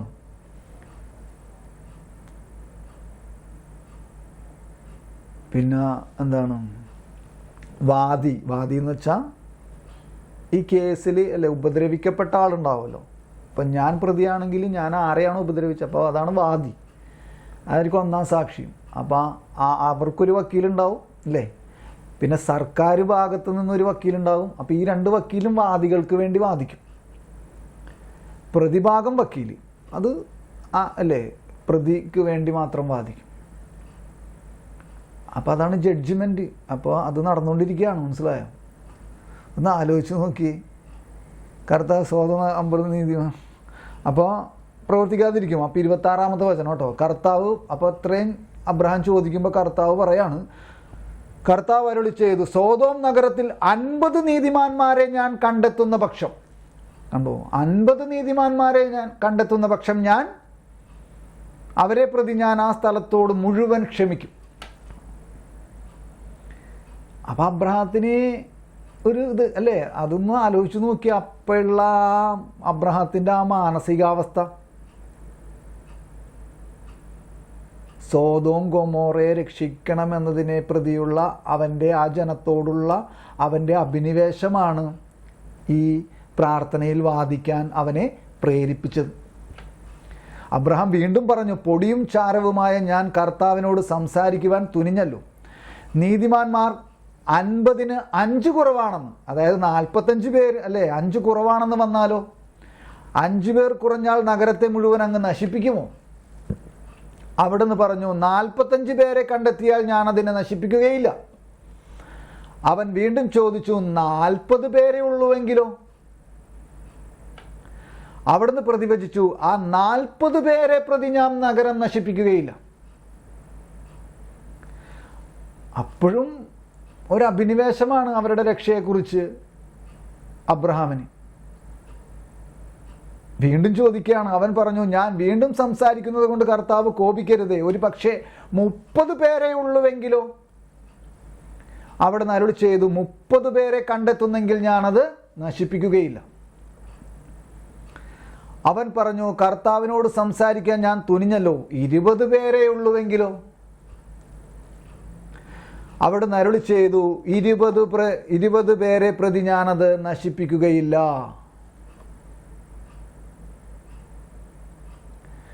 അവൻ പറഞ്ഞു, കർത്താവെ കോപിക്കരുതേ, ഒരു തവണ കൂടി മാത്രം ഞാൻ സംസാരിക്കട്ടെ. കണ്ടോ, ഒരു തവണ കൂടി മാത്രം ഞാൻ സംസാരിക്കട്ടെ. 10 പേരെ അവിടെ ഉള്ളുവെങ്കിലോ? അവിടെ അരുളി ചെയ്തു, ആ 10 പേരെ പ്രതി ഞാൻ അത് നശിപ്പിക്കുകയില്ല. അബ്രഹാത്തോട് സംസാരിച്ചു കഴിഞ്ഞപ്പോൾ കർത്താവ് അവിടെ നിന്ന് പോയി. അബ്രഹാം സ്വന്തം സ്ഥലത്തേക്ക് മടങ്ങി. എന്ത് മനസ്സിലായി നിങ്ങൾക്കിത്? ശരിക്കും പ്രാർത്ഥനയിൽ ഒരു വാദം നടക്കണമായിരുന്നില്ലേ? ആ മധ്യസ്ഥ പ്രാർത്ഥനയിൽ ഒരു വാദം നടക്കുകയാണ്. മധ്യസ്ഥ പ്രാർത്ഥനയിൽ ഒരു വാദം, എങ്ങനെയെങ്കിലും അവരെ രക്ഷിക്കുക എന്നുള്ള ഒരു അഭിനിവേശമാണ് ആരുടെ? അബ്രഹാത്തിൻ്റെ. പക്ഷെ ഒരാളെപ്പോലും കണ്ടെത്താൻ കഴിഞ്ഞില്ല അല്ലേ? അബ്രഹാം പറഞ്ഞതുപോലെ കണ്ടെത്തിയിരുന്നെങ്കിൽ സോദോം ഗൊമോറ നശിപ്പിക്കപ്പെടുമായിരുന്നില്ലല്ലോ.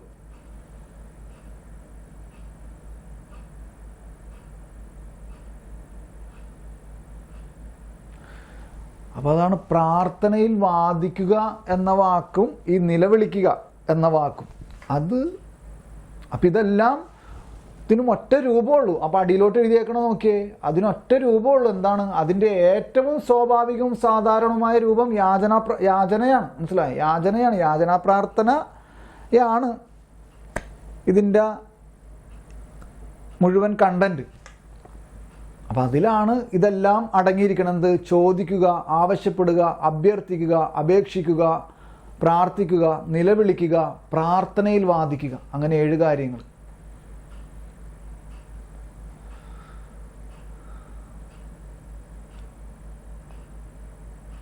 അതിൻ്റെ ഏറ്റവും സ്വാഭാവികവും സാധാരണവുമായ രൂപം യാചനയാണ്. അപ്പോൾ ആ ഒരു രൂപം എന്താണ്? യാചനാ പ്രാർത്ഥന എന്ന രൂപമാണ്. പക്ഷേ അതാണ് അർത്ഥവൈവിധ്യങ്ങളുണ്ട്, സമ്പന്നമായ അർത്ഥവൈവിധ്യങ്ങൾ ഉണ്ട്. എന്തെന്ന്? ഈ യാചനാ പദസമുച്ചയത്തിന് എന്ന് പൊക്കത്ത് എഴുതിയിരിക്കുന്നത്. ഇനി അടുത്ത സെൻറ്റൻസിലേക്ക് വരാം. ഒരു സെക്കൻഡേ, ഒന്ന് പ്രാർത്ഥിച്ചേ. Hallelujah, thank you Lord, praise you Lord. Hallelujah, thank you Lord, praise you Lord, praise you Jesus, hallelujah. അടുത്ത സെൻറ്റൻസ് ആണ്, യാചനാരൂപത്തിലുള്ള പ്രാർത്ഥന വഴിയാണ്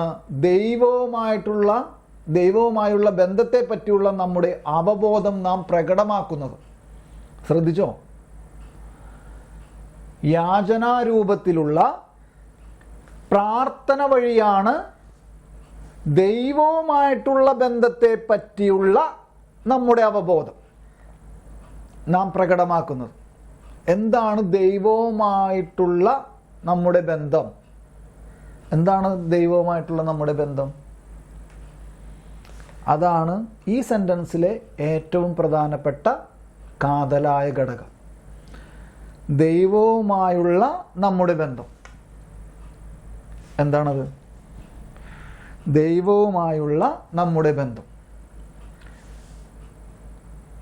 പറയാൻ പറ്റുമോ ആർക്കെങ്കിലും?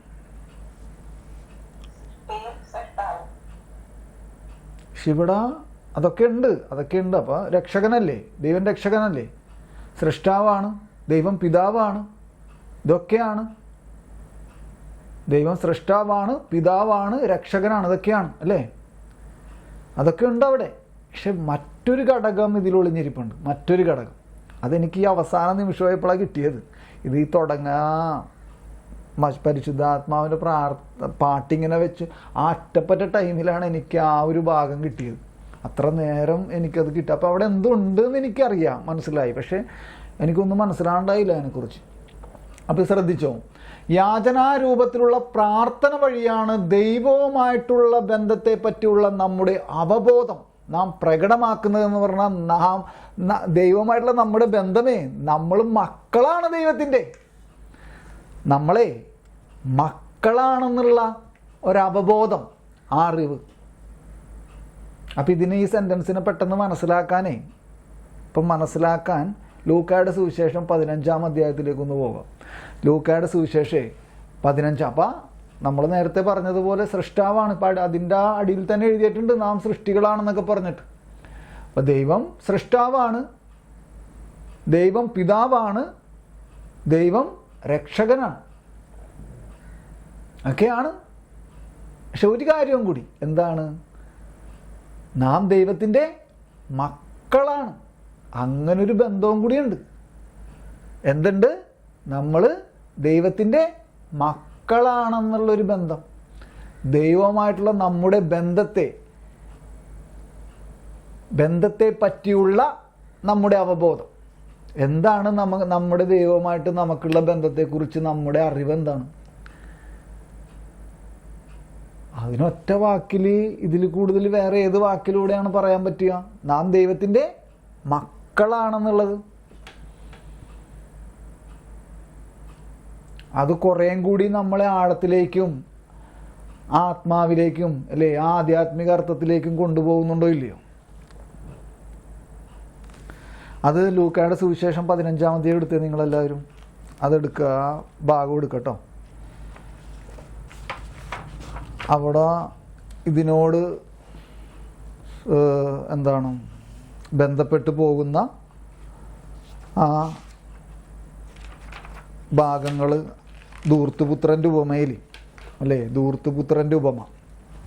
അപ്പം ഞാനതൊന്ന് ധൂർത്തുപുത്രൻ്റെ ഉപമ കുറച്ച് ആദ്യം തൊട്ടൊന്ന് വായിക്കാം, നമ്മുടെ ആ ഭാഗം വരുന്നത് വരെ വായിക്കട്ടെ. അതെല്ലാം എടുത്തോട്ടെ. ഓരോ വാക്കും ഓരോ വചനവും ശ്രദ്ധിക്കണം കേട്ടോ, ഓരോ വചനവും ശ്രദ്ധിക്കണേ കേട്ടോ. ധൂർത്തുപുത്രൻ്റെ ഉപമ മുതൽ ഞാൻ വായിക്കാൻ പോണു. 15-ാം അധ്യായത്തിൽ 11 മുതൽ. അവൻ പറഞ്ഞു, അപ്പോൾ ബാക്കിയുള്ള കാര്യങ്ങളൊക്കെ നമുക്കറിയാമല്ലോ, അതിൻ്റെ പശ്ചാത്തലം ഇതൊക്കെ അങ്ങനെ അല്ലേ, എന്തർത്ഥത്തിലാണ് ഇത്, ഏത് അവസ്ഥയിലാണ് ഇത് ഈ ധൂർത്തുപുത്രൻ്റെ ഉപമയുടെ ഈ ഉപമയൊക്കെ പറയണമെന്നുള്ളത്. അവൻ പറഞ്ഞു, ഒരു മനുഷ്യന് 2 പുത്രന്മാരുണ്ടായിരുന്നു. ഇളയവൻ പിതാവിനോട് പറഞ്ഞു, പിതാവേ, സ്വത്തിൽ എൻ്റെ ഓഹരി എനിക്ക് തരിക. അവൻ സ്വത്ത് അവർക്കായി ഭാഗിച്ചു. ഏറെ താമസിയാതെ ഇളയ മകൻ എല്ലാം ശേഖരിച്ചുകൊണ്ട് ദൂരദേശത്തേക്ക് പോയി. അവിടെ ധൂർത്തനായി ജീവിച്ച് തനിക്കുള്ളത് ദുർവ്യയം ചെയ്തു. അവൻ എല്ലാം ചെലവഴിച്ചു കഴിഞ്ഞപ്പോൾ ആ ദേശമാകെ ഒരു കഠിന ക്ഷാമമുണ്ടാകുകയും അവൻ ഞെരുക്കത്തിലാവുകയും ചെയ്തു. അവൻ ആ ദേശത്തെ ഒരു പൗരൻ്റെ അടുത്ത് ആശ്രയം തേടി. അയാൾ അവനെ പന്നികളെ തീറ്റാൻ വയലിലേക്ക് അയച്ചു. പന്നി തിന്നിരുന്ന തവിട് കൊണ്ട് വിശപ്പ് മാറ്റാൻ അവൻ ആശിച്ചു, പക്ഷെ ആരും അവന് കൊടുത്തില്ല. അപ്പോൾ അവന് സുബോധമുണ്ടായി എന്നാണ് നിങ്ങളുടെ എല്ലാം അല്ലേ POC ബൈബിളിൽ. അപ്പം നമ്മുടെ പഠന ബൈബിളിൽ എന്താണ് എഴുതിയേക്കണത്? അപ്പോൾ തന്നിലേക്ക് തിരിഞ്ഞ് അവൻ പറഞ്ഞു. ആ രണ്ടും അല്ലേ, സുബോധമുണ്ടായി എന്ന് പറഞ്ഞതും ഈ തന്നിലേക്ക് തിരിഞ്ഞു എന്ന് പറയുന്നതും ഘടകവിരുദ്ധമല്ല, അതിന് മറ്റു വ്യത്യാസങ്ങളൊന്നുമില്ല, എല്ലാം ഒന്ന് തന്നെയാണ്. ഉണ്ടോ? തന്നിലേക്ക് തിരിഞ്ഞു. ഇതാണൊരു ടേണിംഗ് പോയിന്റ് അല്ലേ? അല്ലേ, ശരിയാണോ? ടേണിംഗ് പോയിന്റ് എന്ന് പറയാമോ ഇതിനെ? അല്ലെങ്കിൽ ടേണിംഗ് പോയിന്റ് ആണോ യു ടേണോ? എന്താണ് യു ടേൺ അല്ലേ? ഒരു യു ടേൺ എടുക്കൽ. തന്നിലേക്ക് തന്നെ തിരിഞ്ഞു. അവൻ പറഞ്ഞു, എൻ്റെ പിതാവിൻ്റെ എത്രയോ കൂലിക്കാർക്ക് സുഭിക്ഷമായി ഭക്ഷണമുണ്ട്, ഞാനോ ഇവിടെ വിശപ്പ് കൊണ്ട് നശിക്കുന്നു. ഞാൻ എഴുന്നേറ്റ് എൻ്റെ പിതാവിൻ്റെ അടുത്തേക്ക് പോകും. ഞാൻ അവനോട് പറയും, പിതാവേ, സ്വർഗത്തിനെതിരായും നിന്റെ മുമ്പിലും ഞാൻ പാപം ചെയ്തു. നിന്റെ പുത്രൻ എന്ന് വിളിക്കപ്പെടാൻ ഞാൻ ഇനി യോഗ്യനല്ല. പുത്രൻ എന്ന് വിളിക്കപ്പെടാൻ ഞാൻ ഇനി യോഗ്യനല്ല. എന്നെ നിന്റെ കൂലിക്കാരിൽ ഒരുവനാക്കണമേ. കണ്ടോ? അപ്പം ഇനി പുത്രസ്ഥാനം എന്തായാലും കിട്ടില്ല. അപ്പം ഞാനവിടെ ആ ജോലിക്കാരുടെ കൂടെ ഒരു ജോലിക്കാരനായിട്ട് നിന്നോളാം എന്നുള്ള ഒരർത്ഥത്തിലാണ്. അങ്ങനെ ചിന്തിച്ചുകൊണ്ടാണ് ഇവൻ പന്നിക്കൂട്ടിൽ നിന്ന് തിരിച്ചു വരുന്നത് പിതാവിൻ്റെ അടുത്തേക്ക്. അവൻ എഴുന്നേറ്റ് പിതാവിൻ്റെ അടുത്തേക്ക് ചെന്നു. ദൂരെ വെച്ച് തന്നെ പിതാവ് അവനെ കണ്ടു. മനസ്സലിഞ്ഞ് ഓടിച്ചെന്ന് അവനെ കെട്ടിപ്പിടിച്ച് കണ്ടോ ചുംബിച്ചു.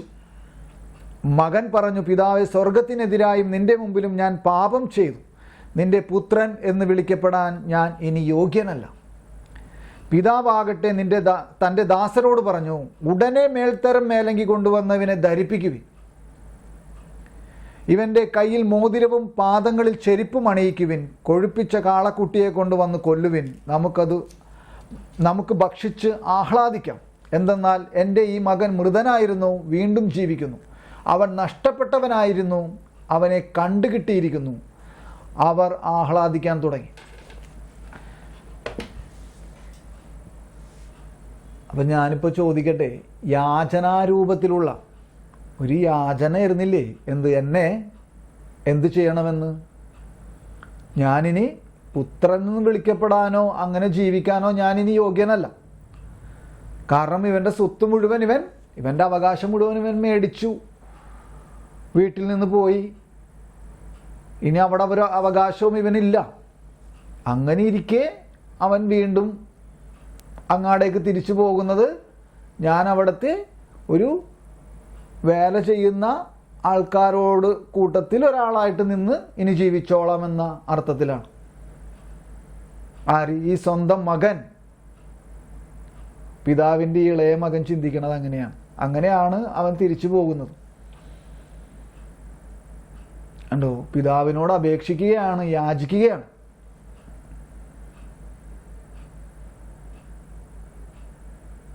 അപ്പം ഇവിടെയാണ് ഈ കത്തോലിക്ക സഭയുടെ മതബോധന ഗ്രന്ഥത്തിൽ എഴുതിയിരിക്കുന്ന ഈ സെൻറ്റൻസ്. യാചനാരൂപത്തിലുള്ള പ്രാർത്ഥന വഴിയാണ് ഇത്. ആ ധൂർത്തുപുത്രൻ്റെ അല്ലേ, ആ ഇളയ മകനെ കണ്ടുകൊണ്ടൊന്ന് നിങ്ങൾ ആ സെൻറ്റൻസ് ഒന്ന് വായിച്ച്, അവൻ്റെ ഹൃദയത്തിലൊന്ന് കണ്ടുകൊണ്ട് ഈ സെൻറ്റൻസ് ഒന്ന് വായിച്ച്. യാചനാരൂപത്തിലുള്ള പ്രാർത്ഥന വഴിയാണ് ദൈവവുമായുള്ള ബന്ധത്തെ പറ്റിയുള്ള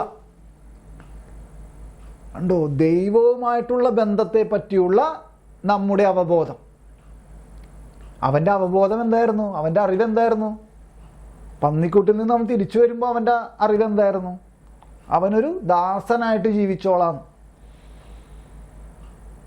പക്ഷെ അവൻ ആരാണ്? പന്നിക്കൂട്ടിൽ നിന്ന് തിരിച്ച് സുബോധമുണ്ടായതിന് ശേഷം തന്നിലേക്ക് തന്നെ തിരിഞ്ഞ് അവൻ എണീറ്റ് പിതാവിൻ്റെ അടുത്തേക്ക് ചെല്ലുമ്പോഴും പിതാവ് അവനെ ആരായിട്ടാണ് സ്വീകരിക്കണേ? സ്വന്തം മകനായിട്ടാണ് സ്വീകരിക്കണത്. മനസ്സിലായോ?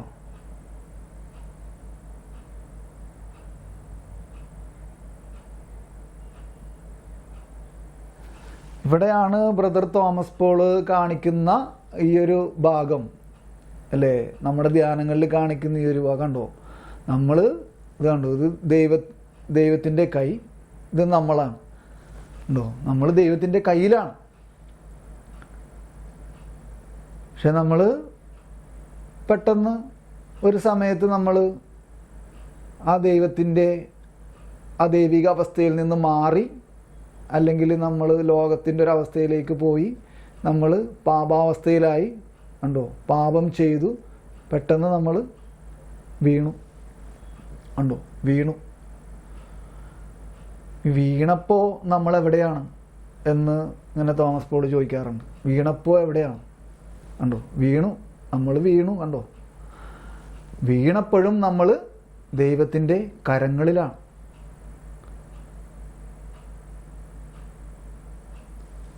അവൻ സ്വത്തൊക്കെ മേടിച്ച് പോയത് മാത്രമല്ല, 5 അല്ലെങ്കിൽ 1 രൂപ, ഒരു ചില്ലിക്കാശ് പോലും ഇല്ലാതെ കംപ്ലീറ്റ് നശിപ്പിച്ച്.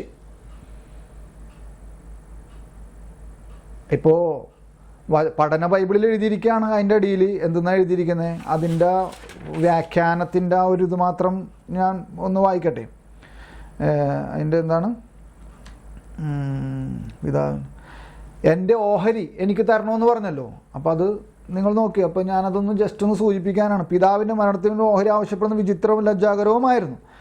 പാപത്തിൽ തൻ്റെ ഓഹരി വ്യയം ചെയ്തുകൊണ്ട് ഇളയ മകൻ പിതാവിനെ അപകീർത്തിപ്പെടുത്തുക കൂടി ചെയ്യുന്നു. കണ്ടോ, ആ പിതാവിനെ അപകീർത്തിപ്പെടുത്തുക കൂടി ചെയ്തു. ഇത് പഠന ബൈബിളിലെ ആ വ്യാഖ്യാനം എഴുതിയിരിക്കുന്നതാണ് ഫുട്നോട്ടിൽ. പിതാവിനെ അപകീർത്തിപ്പെടുത്തുക കൂടി ചെയ്തിട്ടാണ് അവൻ പോയേക്കണത്.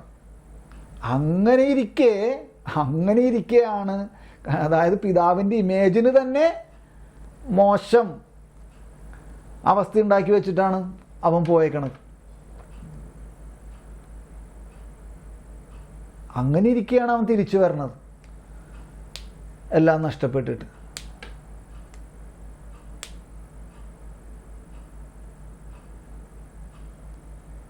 അപ്പോഴും പിതാവ് എന്താ ചെയ്യണത്?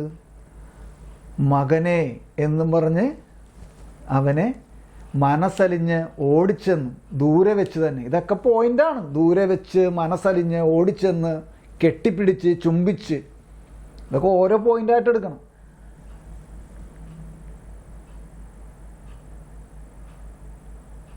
ഞാനീ ലൂക്കായുടെ സുവിശേഷം 15-ാം അധ്യായത്തിൽ 10 വർഷങ്ങൾക്ക് മുൻപ് ഞാനിത് വായിച്ചപ്പോൾ, ഞങ്ങളുടെ ഈ ചുറ്റൂരത്തെ ബൈബിൾ അക്കാഡമിയിൽ ഞങ്ങളുടെ കോർ ഗ്രൂപ്പ് കൂടുന്ന സമയത്ത് ഞാൻ തോമസ് പോളിനോട് ഇങ്ങനെ പതുക്കെ പറഞ്ഞു. അപ്പോൾ ഞങ്ങളിങ്ങനെ 10-25 പേരുണ്ട്, ഇങ്ങനെ റൗണ്ടിൽ ഇങ്ങനെ ഇരിക്കുകയാണ്. അപ്പോൾ ഞാൻ തോമസ് പോളിനോട് പറഞ്ഞു, ഇതിൽ ഇപ്പം ഞാനിങ്ങനെ പറയണേ, വലിയ കാര്യത്തിൽ ഞാൻ പറയണേ. ഞാൻ പറഞ്ഞു, ഇത് കണ്ടോ, പിതാവേ അവൻ പന്നിക്കൂട്ടിൽ നിന്ന് എണീറ്റ് വന്നിട്ടേ അവൻ ഇങ്ങനെ പറയാണ്, ഞാൻ നിനക്കെതിരായും സ്വർഗത്തിനെതിരായും പാപം ചെയ്തു പോയി, ഇനി ഞാൻ മകനെന്ന് അല്ലേ യോഗ്യൻ. ഇതൊക്കെ ഇവൻ ഇങ്ങനെ പറഞ്ഞുകൊണ്ടിരിക്കുകയാണ്. പക്ഷേ ഇവിടെ എഴുതിയിരിക്കണുണ്ടോ, പിതാവാകട്ടെ തൻ്റെ ദാസരോട് പറഞ്ഞു. എന്ത് പറഞ്ഞു? അല്ലേ, ഇന്നതൊക്കെ കൊണ്ടുപോവാ, അല്ലേ, ചെരുപ്പ് കൊണ്ടുപോവാ, മോതിരം, അല്ലേ, ഇതൊക്കെ കൊണ്ടുപോവാ, മേലങ്കി കൊണ്ടുപോവാ, പുതിയ വസ്ത്രം കൊണ്ടുപോവാ. അപ്പം എന്നെ സ്പർശിച്ചൊരു കാര്യമാണ്. അപ്പം ഞാൻ എൻ്റെ പരിഞ്ഞപ്പനോട് ഞാൻ പറഞ്ഞത്, പങ്കുവെച്ചത് ഇങ്ങനെയാണ്. അങ്ങനെ പതുക്കെ ഇങ്ങനെ പറഞ്ഞു, പിതാവ് ഇതൊന്നും ശ്രദ്ധിക്കണില്ലല്ലേ, ഇവൻ ഇത് ഇത്രയും പറഞ്ഞിട്ട്. പിതാവ് അത് മൈൻഡ് പോലും, ഞാൻ ഇങ്ങനെ പറഞ്ഞ മൈൻഡ് പോലും ചെയ്തില്ല. പിതാവ് അതൊന്നും മൈൻഡ് പോലും ചെയ്യണില്ല. മനസ്സിലായോ? അപ്പോൾ തോമസ് പോൾ എന്നെ ഇങ്ങനെ നോക്കിയിട്ട് പറയണേ, നിനക്ക് എന്താണ് ഇതൊക്കെ ഇങ്ങനെ മനസ്സിലാകണേന്നറിയോ എന്ന് ചോദിച്ചു. എന്താണ് ഇതിങ്ങനെ മനസ്സിലായെന്ന് നിനക്കറിയോ? നീ ആ അവസ്ഥയിലായിരുന്നു, അതുകൊണ്ടാണ് നിനക്കത് പെട്ടെന്ന് മനസ്സിലായും. അത് ഭയങ്കര വികാര നിർഭരമായിരുന്നു. അപ്പം അങ്ങനെ പറഞ്ഞപ്പോൾ എനിക്ക് കണ്ണിൽ നിന്നൊക്കെ വെള്ളം വന്നു. മനസ്സിലായോ? ഞാൻ പറഞ്ഞോ, മനസ്സിലായോ? അതായത് ഇതാണ് യാചനാ പ്രാർത്ഥന. മനസ്സിലായോ? അപ്പോൾ ഈ കത്തോലിക്ക സഭയുടെ മതബോധന ഗ്രന്ഥത്തിൽ എഴുതിയിരിക്കുന്ന ഈ ഒരു സെൻറ്റൻസ്, നമ്മളിപ്പോൾ പറഞ്ഞുകൊണ്ടിരിക്കുന്ന സെൻറ്റൻസ് എന്താണ്? യാചനാരൂപത്തിലുള്ള പ്രാർത്ഥന വഴിയാണ് ദൈവവുമായുള്ള ബന്ധത്തെ പറ്റിയുള്ള നമ്മുടെ അവബോധം നാം പ്രകടമാക്കുന്നത്. അത് ഈ ധൂർത്തുപുത്രൻ്റെ ഈ ഒരു ഭാഗമല്ലാതെ വേറെ എന്തെങ്കിലും ഉണ്ടെങ്കിൽ എനിക്കറിയില്ല. സുവിശേഷത്തിൽ മറ്റേത് ഭാഗമാണ് ഇത്രയും ഇതിനോട് കോർത്തിണങ്ങി പോണേന്ന് എനിക്കിതാണ് കിട്ടിയത്. മനസ്സിലായോ? ഈ ഒരു ഭാഗം പറയാനാണ് കിട്ടിയത് ഈ ഒരു സെൻറ്റൻസിൽ. നമുക്കെന്താ നമ്മുടെ അവബോധം എന്താണ് ദൈവവുമായിട്ടുള്ള ബന്ധത്തെക്കുറിച്ച്? നമ്മുടെ അവബോധം എന്താണ്? ദൈവവുമായിട്ടുള്ള നമ്മുടെ ബന്ധത്തെക്കുറിച്ച് നമുക്കുള്ള അവബോധം, അറിവ് എന്താണ്? നമ്മൾ ദാസനാണോ? നമ്മളെത്ര പാപാവസ്ഥയിലായിക്കോട്ടെ, നമ്മളപ്പോഴും ആരാണ്?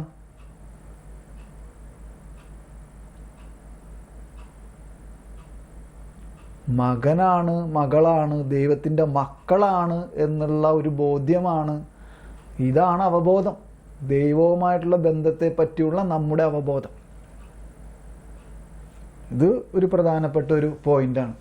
യാചനാരൂപത്തിലുള്ള പ്രാർത്ഥന വഴിയാണ് ദൈവവുമായുള്ള ബന്ധത്തെ പറ്റിയുള്ള നമ്മുടെ അവബോധം പ്രകടമാക്കുന്നത്. ഇപ്പം അവിടെ പ്രകടമാക്കിയോ? ധൂർത്തുപുത്രൻ്റെ ജീവിതത്തിൽ പ്രകടമാക്കിയോ ഇല്ലയോ? മനസ്സിലായോ? പറഞ്ഞ മനസ്സിലാവുണ്ടോ? അപ്പോൾ യാചനാരൂപത്തിലുള്ള പ്രാർത്ഥന വഴിയാണ് ദൈവവുമായുള്ള ബന്ധത്തെ പറ്റിയുള്ള നമ്മുടെ അവബോധം നാം പ്രകടമാക്കുന്നത്. ഞാൻ അടിയിലേക്ക്, അപ്പോൾ തീരുന്നില്ല കേട്ടോ, ഇത് തീരുന്നില്ല, ഇതിപ്പോൾ ഇനി വായിക്കുന്നില്ല. പക്ഷെ എന്നാലും ഈ ഭാഗം, ഈ ധൂർത്തുപുത്രൻ്റെ ഉപമ ഇനിയും അടിയിലേക്ക് വരുമ്പോൾ അതിലെല്ലാം ആ സെൻറ്റൻസിൽ നിൽക്കുകയാണ്. ഈ ധൂർത്തുപുത്രനെ മനസ്സിൽ വിചാരിച്ചുകൊണ്ട് ഈ സെൻറ്റൻസൊക്കെ ഒന്ന് വായിച്ചേ. എന്താണ്? നാം സൃഷ്ടികളാണ്, നമ്മുടെ ആരംഭത്തിന് കാരണക്കാർ നാമല്ല. അതുപോലെ തന്നെ അല്ലേ, നമ്മുടെ ആരംഭത്തിന് കാരണക്കാർ നാമല്ല. അതിനൊന്നും പ്രത്യേകിച്ച് ഇനി പറയേണ്ടതില്ല. അതുപോലെ തന്നെ നാം ജീവിത ക്ലേശങ്ങളുടെ നിയന്താക്കളോ അല്ലേ? നമ്മുടെ ജീവിത ക്ലേശങ്ങളുടെ നിയന്ത്രിക്കാൻ നമുക്ക് പറ്റുന്നുണ്ടോ? അതേപോലെ നമ്മുടെ അന്തിമ ലക്ഷ്യം നിത്യതയാണ്. അപ്പം അതൊക്കെ നമ്മൾ വിചാരിച്ചാലാണോ കിട്ടുക? മനസ്സിലായി? നമ്മ അതിനു വേണ്ടി പ്രയത്നിക്കണം ഭൂമിയിൽ. പക്ഷെ അതുകൊണ്ട് മാത്രമായോ? പരിശുദ്ധാത്മാവിൻ്റെ ആ ഒരു നമ്മുടെ ഉള്ളിലേക്കുള്ള ആ ഒരു മുൻകൈ എടുക്കലും കൂടിയും വേണ്ടേ? അല്ലാതെ ഈ ഭൂമിയിൽ അങ്ങനെ ജീവിക്കാൻ പറ്റുമോ? നിത്യതയിലേക്ക് പ്രവേശിക്കാൻ പറ്റിയ ജീവിതം നമ്മളിൽ നിന്നുണ്ടാകണമെങ്കിൽ പരിശുദ്ധാത്മാവ് മുൻകൈ എടുക്കണം, അല്ലെങ്കിൽ പരിശുദ്ധ ത്രിത്വിക ദൈവം മുൻകൈ എടുക്കുന്നതിലൂടെയാണ്.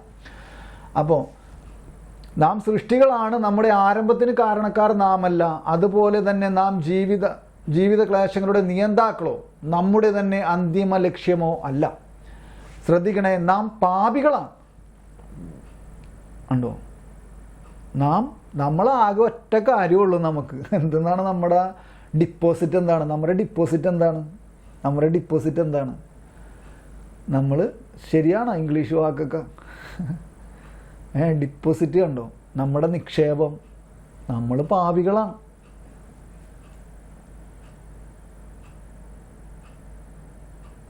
പക്ഷെ നമ്മൾ ആരാണ്? അപ്പം ഞാൻ പറഞ്ഞില്ലേ, ഞാൻ കഴിഞ്ഞ ആഴ്ച പറഞ്ഞായിരുന്നു, ഇങ്ങനെ കഴിഞ്ഞ ഗൂഗിൾ മീറ്റിൽ ഞാൻ പറഞ്ഞായിരുന്നു, ഞാനിങ്ങനെ ദൈവാലയത്തിലേക്ക് കടന്നു ചെല്ലുമ്പോൾ, മുട്ടുകുത്തുമ്പോൾ ഞാനിങ്ങനെ പ്രാർത്ഥിക്കും, ഈ ലോകത്തിലെ ഏറ്റവും വലിയ പാപിയായ ഞാനിതാ വന്നിരിക്കുന്നു, എങ്കിലും ഞാൻ നിൻ്റെ മകനാണ് എന്ന് ഞാനിങ്ങനെ പറയും. ഞാൻ പാപിയാണ്, പക്ഷെ ഞാൻ മകനുമാണ്. മനസ്സിലായി? അപ്പം നാം പാപികളാണ്, നമ്മുടെ പിതാവിനെ വിട്ടകന്നു പോകുന്ന. കണ്ടോ? ഇതൊക്കെ ആ ഇപ്പം നമ്മുടെ കാര്യത്തിലാണെങ്കിൽ അങ്ങനെ തന്നെ. ധൂർത്തുപുത്രൻ്റെ ഉപമയിൽ അല്ലെങ്കിൽ അവൻ്റെ ജീവിതത്തിലോട്ട് നോക്കിക്കൊണ്ട് ഇത് വായിച്ചു വന്നു. നമ്മുടെ പിതാവിനെ വിട്ടകന്നു പോകുന്ന പാപികളാണ് നാമെന്ന് ക്രൈസ്തവരായ നമുക്കറിയാം. ശ്രദ്ധിക്കണം കേട്ടോ. നമ്മുടെ യാചന ദൈവത്തിങ്കിലേക്കുള്ള ഒരു തരം തിരിച്ചുവരവാണ്. ഇതാണ് ധൂർത്തുപുത്രൻ്റെ ജീവിതത്തിൽ നടന്നത്. നമ്മുടെ യാചന ദൈവത്തിങ്കിലേക്കുള്ള ഒരു തരം തിരിച്ചുവരവാണ്. ഇതാണ് നമ്മുടെ എല്ലാവരുടെയും ജീവിതത്തിൽ നടന്നത്. ഇപ്പം അവൻ്റെ ജീവിതത്തിൽ ഒരു പന്നിക്കൂടിൻ്റെ ഒരു അവസ്ഥയുണ്ടായി. നമ്മുടെ ജീവിതത്തിലും അത്തരത്തിലല്ലേ മറ്റൊരു തരത്തിലുള്ള ഓരോ പന്നിക്കൂടുകളും ഉണ്ടായിട്ടുണ്ട്. അത് പല തരത്തിലായിരിക്കും. ഉണ്ടോ? നാം പാപികളാണ്, നമ്മുടെ പിതാവിനെ വിട്ടകന്ന് പോകുന്ന പാപികളാണ് നാമെന്ന് ക്രൈസ്തവരായ നമുക്കറിയാം. നമ്മുടെ യാചന ഉണ്ടോ? നമ്മുടെ പ്രാർത്ഥന ദൈവത്തിങ്കിലേക്കുള്ള ഒരു തരം തിരിച്ചുവരവാണ്. തിരിച്ചുവരവ്, യൂട്ടേൺ. ശരിക്കും അത് തന്നെയല്ലേ ധൂർത്തുപുത്രനിൽ സംഭവിച്ചതും അവൻ്റെ ജീവിതത്തിൽ സംഭവിച്ചതും. എൻ്റെ ജീവിതത്തിലൊക്കെ അത് തന്നെയാണ് സംഭവിച്ചത്, നമ്മുടെ ഓരോരുത്തരുടെയും ജീവിതത്തിൽ.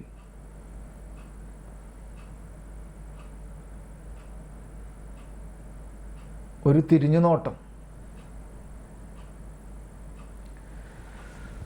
Hallelujah, praise the Lord. അതിൻ്റെ 396 ഖണ്ഡിക കൂടി അതിൻ്റെ ഒന്ന് വായിക്കാം. 396 അതിൻ്റെ സൈഡ് ഖണ്ഡിക 396.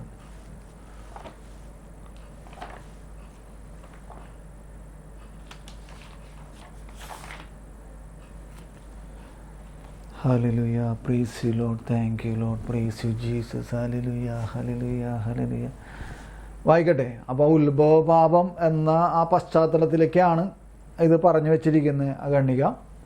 അപ്പോൾ അതിൻ്റെ ചില പോയിന്റുകളാണ് മെയിനായിട്ട്. ഉത്ഭവപാപം സ്വാതന്ത്ര്യത്തിൻ്റെ പരീക്ഷണം.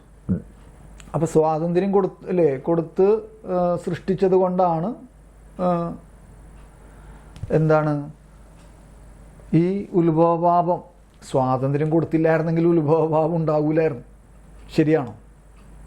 സ്വാതന്ത്ര്യം കൊടുത്തിരുന്നില്ലെങ്കിൽ മനുഷ്യനെ സ്വാതന്ത്ര്യം, ആദത്തിനും ഹവ്വയ്ക്കും സ്വാതന്ത്ര്യം എന്ന ആ അവസ്ഥയും കൂടി കൊടുത്തത് കൊണ്ടല്ലേ. അല്ലെങ്കിൽ അത് ഉണ്ടാവില്ലായിരുന്നല്ലോ. തിന്നാനും തിന്നാതിരിക്കാനുമുള്ള ഇത് അവർക്ക് കൊടുത്തിരുന്നു. ദൈവം മനുഷ്യനെ തൻ്റെ ഛായയിൽ സൃഷ്ടിച്ച് അവനെ തൻ്റെ സൗഹൃദത്തിൽ സ്ഥാപിച്ചു. ദൈവത്തോടുള്ള സ്വതന്ത്രമായ വിധേയത്വത്തിലൂടെയല്ലാതെ ഈ സ്നേഹബന്ധത്തിൽ ജീവിക്കുവാൻ ആത്മീയ സൃഷ്ടിയായ മനുഷ്യന്, കണ്ടോ, ആത്മീയ സൃഷ്ടി. അതാണ് മറ്റു സൃഷ്ടികളും മനുഷ്യൻ എന്ന സൃഷ്ടിയും തമ്മിലുള്ള വ്യത്യാസം. എന്താണ്? മറ്റുള്ള സൃഷ്ടികൾക്ക് എന്തില്ല? ആത്മാവില്ല. മനസ്സിലായോ? അവർക്ക് വന്നിരിക്കുന്ന ജീവനും അവരിൽ ഉണ്ടായിരിക്കുന്ന ജീവനും ദൈവത്തിൽ നിന്ന് തന്നെയാണ്. പക്ഷെ അവർക്ക് എന്തില്ല? അവർക്ക് ആത്മീയതയില്ല, ആത്മാവില്ല. ആത്മീയ സൃഷ്ടിയായ മനുഷ്യന് സാധ്യമല്ല. നന്മ തിന്മകളുടെ അറിവിൻ്റെ വൃക്ഷത്തിൽ നിന്ന് ഭക്ഷിക്കരുതെന്ന വിലക്ക് ഇക്കാര്യം വ്യക്തമാക്കുന്നു. ഈ വൃക്ഷത്തിൻ്റെ ഫലം ഭക്ഷിക്കുന്ന ദിവസം നീ തീർച്ചയായും മരിക്കും. നന്മ തിന്മകളുടെ അറിവിൻ്റെ വൃക്ഷം പ്രതീകാത്മകമായി ദ്യോതിപ്പിക്കുന്നത്, അതായത് അനുസ്മരിപ്പിക്കുന്നത്, അർത്ഥമാക്കുന്നത്, പ്രതീകാത്മകമായി അർത്ഥമാക്കുന്നത് കേട്ടോ. അതെന്താണ്? സൃഷ്ടി എന്ന നിലയ്ക്ക് മനുഷ്യനുള്ള മറികടക്കാനാവാത്ത പരിമിതി. കണ്ടോ? സൃഷ്ടി എന്ന നിലയ്ക്ക് മനുഷ്യനുള്ള മറികടക്കാനാവാത്ത പരിമിതി. ഇത് ഇവിടെ തന്നെ ഇരിക്കട്ടെ. നമ്മ പറഞ്ഞുകൊണ്ടിരുന്ന ആ ഭാഗം ഒന്നും കൂടി എടുത്തേ. 2629 ഒന്നും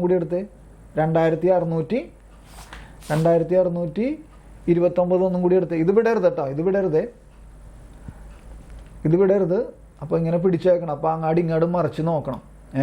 എന്തെന്നാണ് ഇവിടെ എഴുതിയേക്കണം? നന്മ തിന്മകളുടെ അറിവിൻ്റെ വൃക്ഷം പ്രതീകാത്മകമായി ദ്യോതിപ്പിക്കുന്നത്. സൃഷ്ടി എന്ന നിലയ്ക്ക് മനുഷ്യനുള്ള മറികടക്കാനാവാത്ത പരിമിതി. എന്താണ് സൃഷ്ടി എന്ന നിലയ്ക്ക് മറികടക്കാനാവാത്ത പരിമിതി? നമ്മുടെ പാപം അല്ലേ നമുക്ക് ശരിയാക്കി എടുക്കാൻ പറ്റുമോ? നാം പാപികളാണ്. അതിനെ നമുക്ക് എന്തെങ്കിലും പ്രതിവിധി ഉണ്ടോ നമ്മുടെ കയ്യിൽ? യേശുവിൻ്റെ കയ്യിലല്ലേ അതിന് പ്രതിവിധിയുള്ളൂ. ഇതാണ് ഈശോ പറഞ്ഞത്, നിന്റെ മുടിയിഴ നാര് അല്ലേ, അത് വെളുപ്പിക്കാനോ കറുപ്പിക്കാനോ നിങ്ങൾക്ക് സാധിക്കുമോ?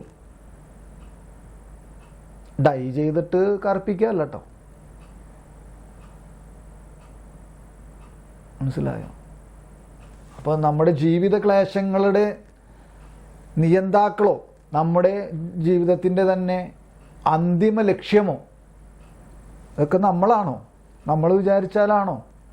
നമ്മളെ കൊണ്ട് എന്തെങ്കിലും ചെയ്യാൻ പറ്റുമോ അത്തരത്തിലുള്ള ഘടകങ്ങളിലേക്ക്? നമ്മളാകെ എന്താണ്? നമുക്ക് എന്ത് ചെയ്യാനറിയുള്ളൂ? നമുക്ക് പാപം ചെയ്യാനറിയാം. മനസ്സിലായോ? നാം പാപികളാണ്.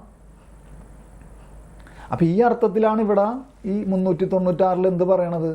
സൃഷ്ടി എന്ന നിലയ്ക്ക് മനുഷ്യനുള്ള മറികടക്കാനാവാത്ത പരിമിതി. സൃഷ്ടി എന്ന നിലയ്ക്ക് മനുഷ്യന് മറികടക്കാനാവാത്ത പരിമിതികളുണ്ട്. ഈ ഖണ്ഡികയൊക്കെ വലിയ വലിയ കാര്യമാണ് കേട്ടോ. പക്ഷെ നമ്മുടെ ഇപ്പോഴത്തെ ഭാഗം ഇതെല്ലാം മറ്റു കാര്യങ്ങൾ ഇപ്പോൾ പറയേണ്ടതില്ല. മനസ്സിലായോ? അപ്പോൾ ഇപ്പോൾ ഇതാണ് ഇതിലെ നമ്മിപ്പോൾ പറഞ്ഞുകൊണ്ടിരിക്കുന്ന 2629 ഖണ്ഡികയിൽ ഇതാണ് പ്രധാനപ്പെട്ട പോയിന്റ്. എന്തെന്നാണ്? സൃഷ്ടി എന്ന നിലയ്ക്ക് മനുഷ്യന് മറികടക്കാനാവാത്ത പരിമിതികളെയാണ് അത് എന്ത് ഓർമ്മിപ്പിക്കുന്നത്, ദ്യോതിപ്പിക്കുന്നത്, അല്ലെങ്കിൽ അനുസ്മരിപ്പിക്കുന്നത്, അർത്ഥമാക്കുന്നത് ആ നന്മ തിന്മകളുടെ വൃക്ഷം. മനസ്സിലായോ? ഈ പരിമിതികളെ സ്വതന്ത്രമായി അംഗീകരിച്ചുകൊണ്ട്, കണ്ടോ, ഈ പരിമിതികളെ സ്വതന്ത്രമായി അംഗീകരിച്ചുകൊണ്ട്. എന്താണ് ഈ പരിമിതികളെ സ്വതന്ത്രമായി അംഗീകരിക്കുക എന്ന് പറഞ്ഞാൽ? നാം പാപികളാണ്, അല്ലെങ്കിൽ നാം ആരാണ്? സൃഷ്ടിയാണ്. ഈ പരിമിതികളെ സ്വതന്ത്രമായി അംഗീകരിച്ചുകൊണ്ട് ആത്മവിശ്വാസത്തോടുകൂടെ ഇവയെ ആദരിക്കേണ്ടതുണ്ട്. കഴിഞ്ഞ ആഴ്ച പറഞ്ഞ നമ്മ ഖണ്ഡികയിൽ ഇതും കൂടി ചേർത്ത് വായിക്കേണ്ടതായിരുന്നു. പക്ഷെ ആ ഒരു ജ്ഞാനം എനിക്ക് കിട്ടിയില്ല. അല്ലെങ്കിൽ അവിടെ സൈഡ് ഖണ്ഡിക ഇതും പറഞ്ഞിട്ടില്ല. പക്ഷെ അത് ഞാൻ കുറച്ചും കൂടി നോക്കി വെച്ചെങ്കിൽ കിട്ടിയാണ്. നമ്മൾ കഴിഞ്ഞ ആഴ്ച വായിച്ചത് ഇതിൻ്റെ അടിയിലേക്കുള്ളതൊക്കെ വായിച്ചു. ഇത് വായിച്ചില്ല. ഈ ഒരു കണ്ടോ, എന്താണ്? ഈ പരിമിതികളെ സ്വതന്ത്രമായി അംഗീകരിച്ചുകൊണ്ട് ആത്മവിശ്വാസത്തോടുകൂടെ ഇവയെ ആദരിക്കേണ്ടതുണ്ട്. ഉണ്ടോ? സൃഷ്ടിയുടെ ശൂന്യത എന്നൊക്കെ നമ്മൾ കഴിഞ്ഞ ആഴ്ച പറഞ്ഞില്ലേ? അതിൽ ഇതുമായിട്ട് ബന്ധമുണ്ട്. ഉണ്ടോ? ഈ പരിമിതികളെ സ്വതന്ത്രമായി അംഗീകരിച്ചുകൊണ്ട് ആത്മവിശ്വാസത്തോടുകൂടെ ഇവയെ ആദരിക്കേണ്ടതുണ്ട്. മനസ്സിലായോ? മനുഷ്യൻ തൻ്റെ സൃഷ്ടാവിനെ ആശ്രയിക്കുന്നു. ഇതൊക്കെ കഴിഞ്ഞ ആഴ്ച പറഞ്ഞ ആ ഖണ്ഡികയുമായിട്ട് ബന്ധപ്പെട്ട് പോകുന്നതാണ്. സൃഷ്ടി നിയമങ്ങൾക്കും സ്വാതന്ത്ര്യ വിനിയോഗത്തെ നിയന്ത്രിക്കുന്ന ധാർമ്മിക അനുശാസനങ്ങൾക്കും അവൻ വിധേയനാണ്. അതായത് മനുഷ്യൻ അവൻ ആത്മീയ മനുഷ്യനാണ്, നിത്യതയ്ക്ക് വേണ്ടി സൃഷ്ടിക്കപ്പെട്ടതാണ്. പക്ഷെ അവൻ ജീവിക്കുന്നത് എവിടെയാണ്? ഈ ഭൂമിയിലാണ്, ഈ ഭൗതിക ലോകത്തിലാണ്. അതാണ് ധാർമ്മിക അനുശാസനങ്ങൾക്കും അവൻ വിധേയനാണ് എന്നതിൻ്റെയൊക്കെ വലിയ കാര്യങ്ങളാണ് അതിൻ്റെ ഉള്ളിൽ. പക്ഷെ എന്നാലും ഞാനൊരു ചെറിയൊരു വാക്കിലൂടെ അതിനെക്കുറിച്ച് പറഞ്ഞെന്നുള്ളൂ. അപ്പോൾ അത് അത്രേ ഉള്ളൂ. അപ്പോൾ 2629 തിരിച്ചു വരാം. അതൊന്നും കൂടി നമുക്കൊന്ന് വായിച്ചിട്ട് നമുക്കിത് നിർത്താം. യാചനാ പ്രാർത്ഥന 2629. പുതിയ നിയമത്തിൽ യാചനാപദ സമുച്ചയത്തിന് സമ്പന്നമായ അർത്ഥവൈവിധ്യമുണ്ട്. ചോദിക്കുക, ആവശ്യപ്പെടുക, അഭ്യർത്ഥിക്കുക, പ്രാർത്ഥിക്കുക, അപേക്ഷിക്കുക, നിലവിളിക്കുക, പ്രാർത്ഥനയിൽ വാദിക്കുക. അതിൻ്റെ ഏറ്റവും സ്വാഭാവികവും സാധാരണവുമായ രൂപം യാചനയാണ്. യാചനാരൂപത്തിലുള്ള പ്രാർത്ഥന വഴിയാണ് ദൈവവുമായുള്ള ബന്ധത്തെ പറ്റിയുള്ള നമ്മുടെ അവബോധം നാം പ്രകടമാക്കുന്നത്. നാം സൃഷ്ടികളാണ്. നമ്മുടെ ആരംഭത്തിന് കാരണക്കാർ നാമല്ല. അതുപോലെ തന്നെ നാം ജീവിത ക്ലേശങ്ങളുടെ നിയന്താക്കളോ നമ്മുടെ തന്നെ അന്തിമ ലക്ഷ്യമോ അല്ല. നാം പാപികളാണ്. നമ്മുടെ പിതാവിനെ വിട്ടകന്നു പോകുന്ന പാപികളാണ് നാമെന്ന് ക്രൈസ്തവരായ നമുക്കറിയാം. നമ്മുടെ യാചന ദൈവത്തിങ്കിലേക്കുള്ള ഒരു തരം തിരിച്ചുവരവാണ്. തിരിച്ചുവരവ്.